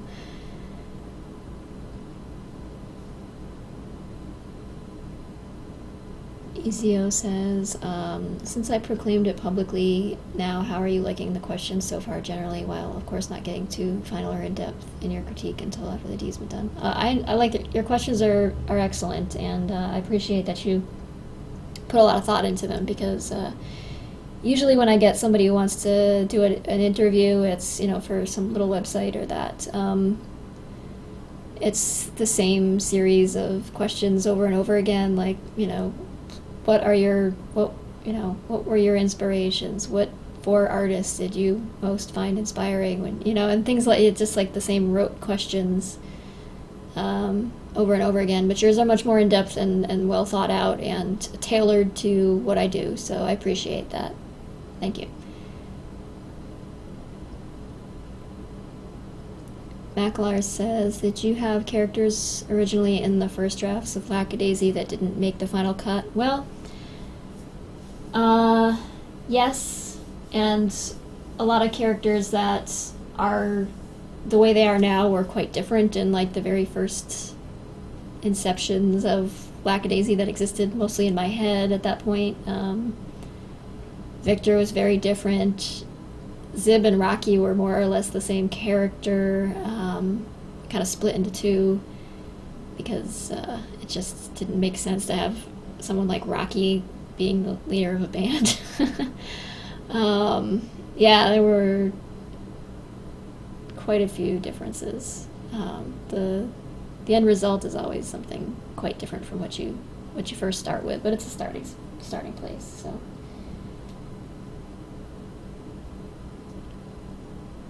Try to think of any characters that I had initially that I had named or something, but I don't think any of the characters that got cut early on ended up with any names, or they kind of like in a roundabout way they show like the very core concept of them will show up again. Like the character Wes was originally a much more involved character from the outset, but he ultimately didn't end up showing up until most of the way through Volume 2, so.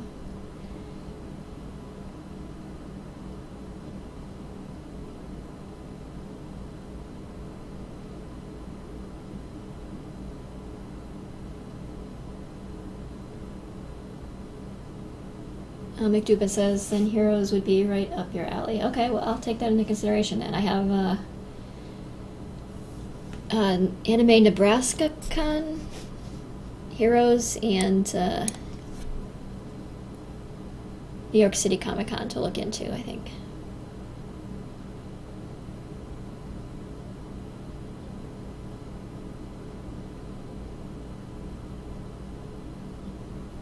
Resident Bunbury says, what do you enjoy drawing outside of Lackadaisy? Do you have any time to draw other things right now, or do you wind down with other things since drawing is your full-time gig? Usually when I draw other things, it's like I end up doing like pet portraits a lot for people and things like that. If their pet passes away or something like that, I'll do a drawing for them. But generally, like lately, Lackadaisy's been consuming every bit of my time. It takes over everything. It's like a weed that's grown out of control. But in a good way. I enjoy working on it, so I really wouldn't have it any other way, given the choice. But yeah, I mean, when I do draw other things, it's usually animals of some kind, like non-anthropomorphic animals. I like to, sometimes to unwind, just doing sketches of horses or something like I used to do when I was a kid, just relaxes me. I still like drawing skeletons, too. Pretty much any chance I get, I like to draw bones and skulls and things. I work it into the comics sometimes, as you might have noticed.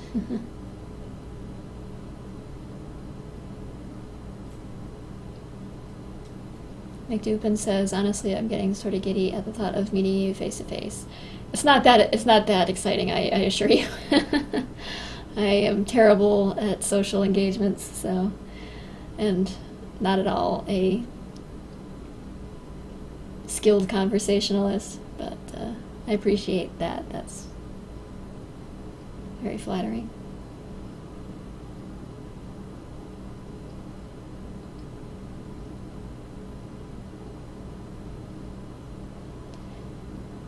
Yeah, skulls, it's a bit macabre, but I don't know, my interest in them isn't, like, grim, dark, gothic sort of thing. It's just, I think they're just kind of marvels of natural engineering, in a sense.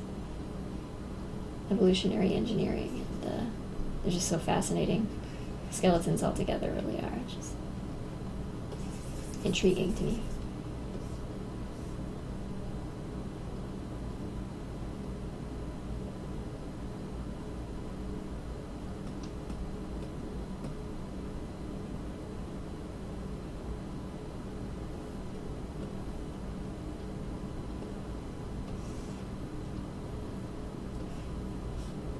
Okay, so this panel isn't is not quite done yet. It's got some work left to be done on it, but I'll just show you, for the sake of showing you guys who've stuck through this whole thing, how I color these. It's pretty simple, actually.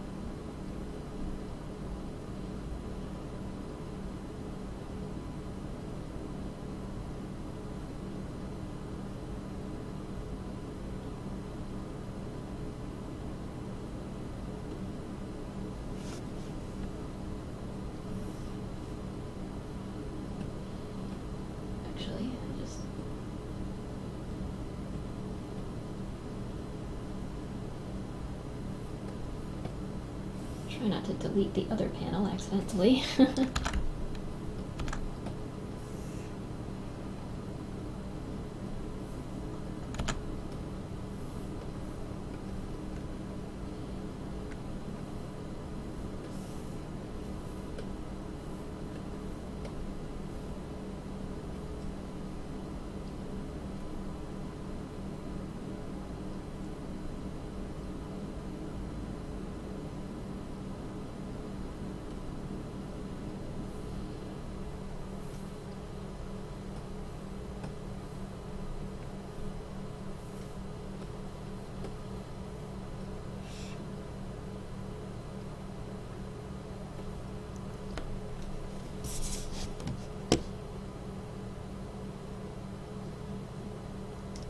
Good night, resident.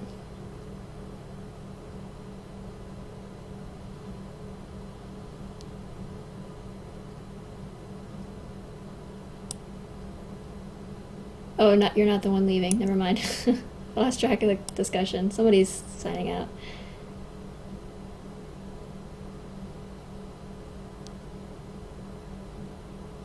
Oh, you are leaving. Okay. Good night.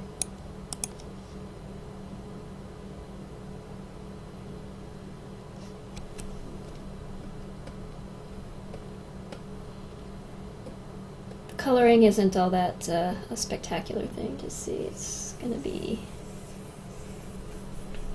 a little something like that.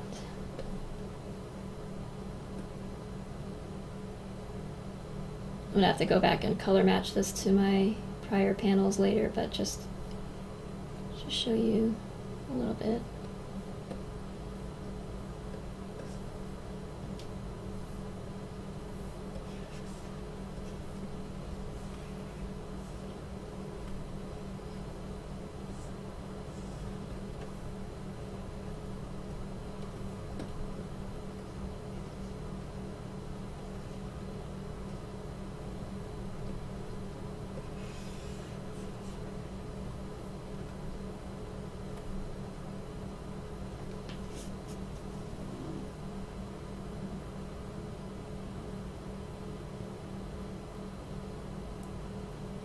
Good night. Thanks for coming.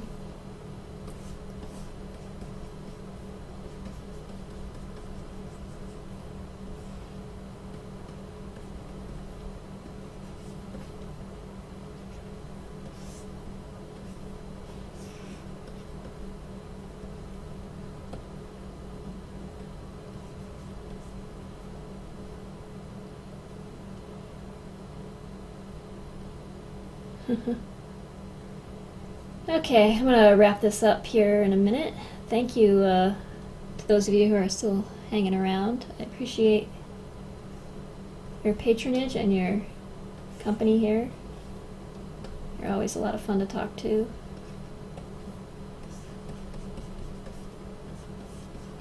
And I hope this wasn't too dreadfully dull to watch. We'll spice it up next time with some reward drawings. It'll go a little quicker than this.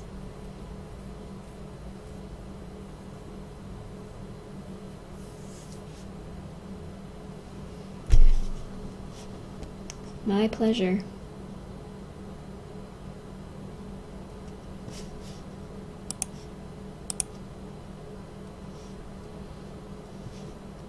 Okay, signing off now. Thanks, guys. Have a great weekend. Thank you for the kind words.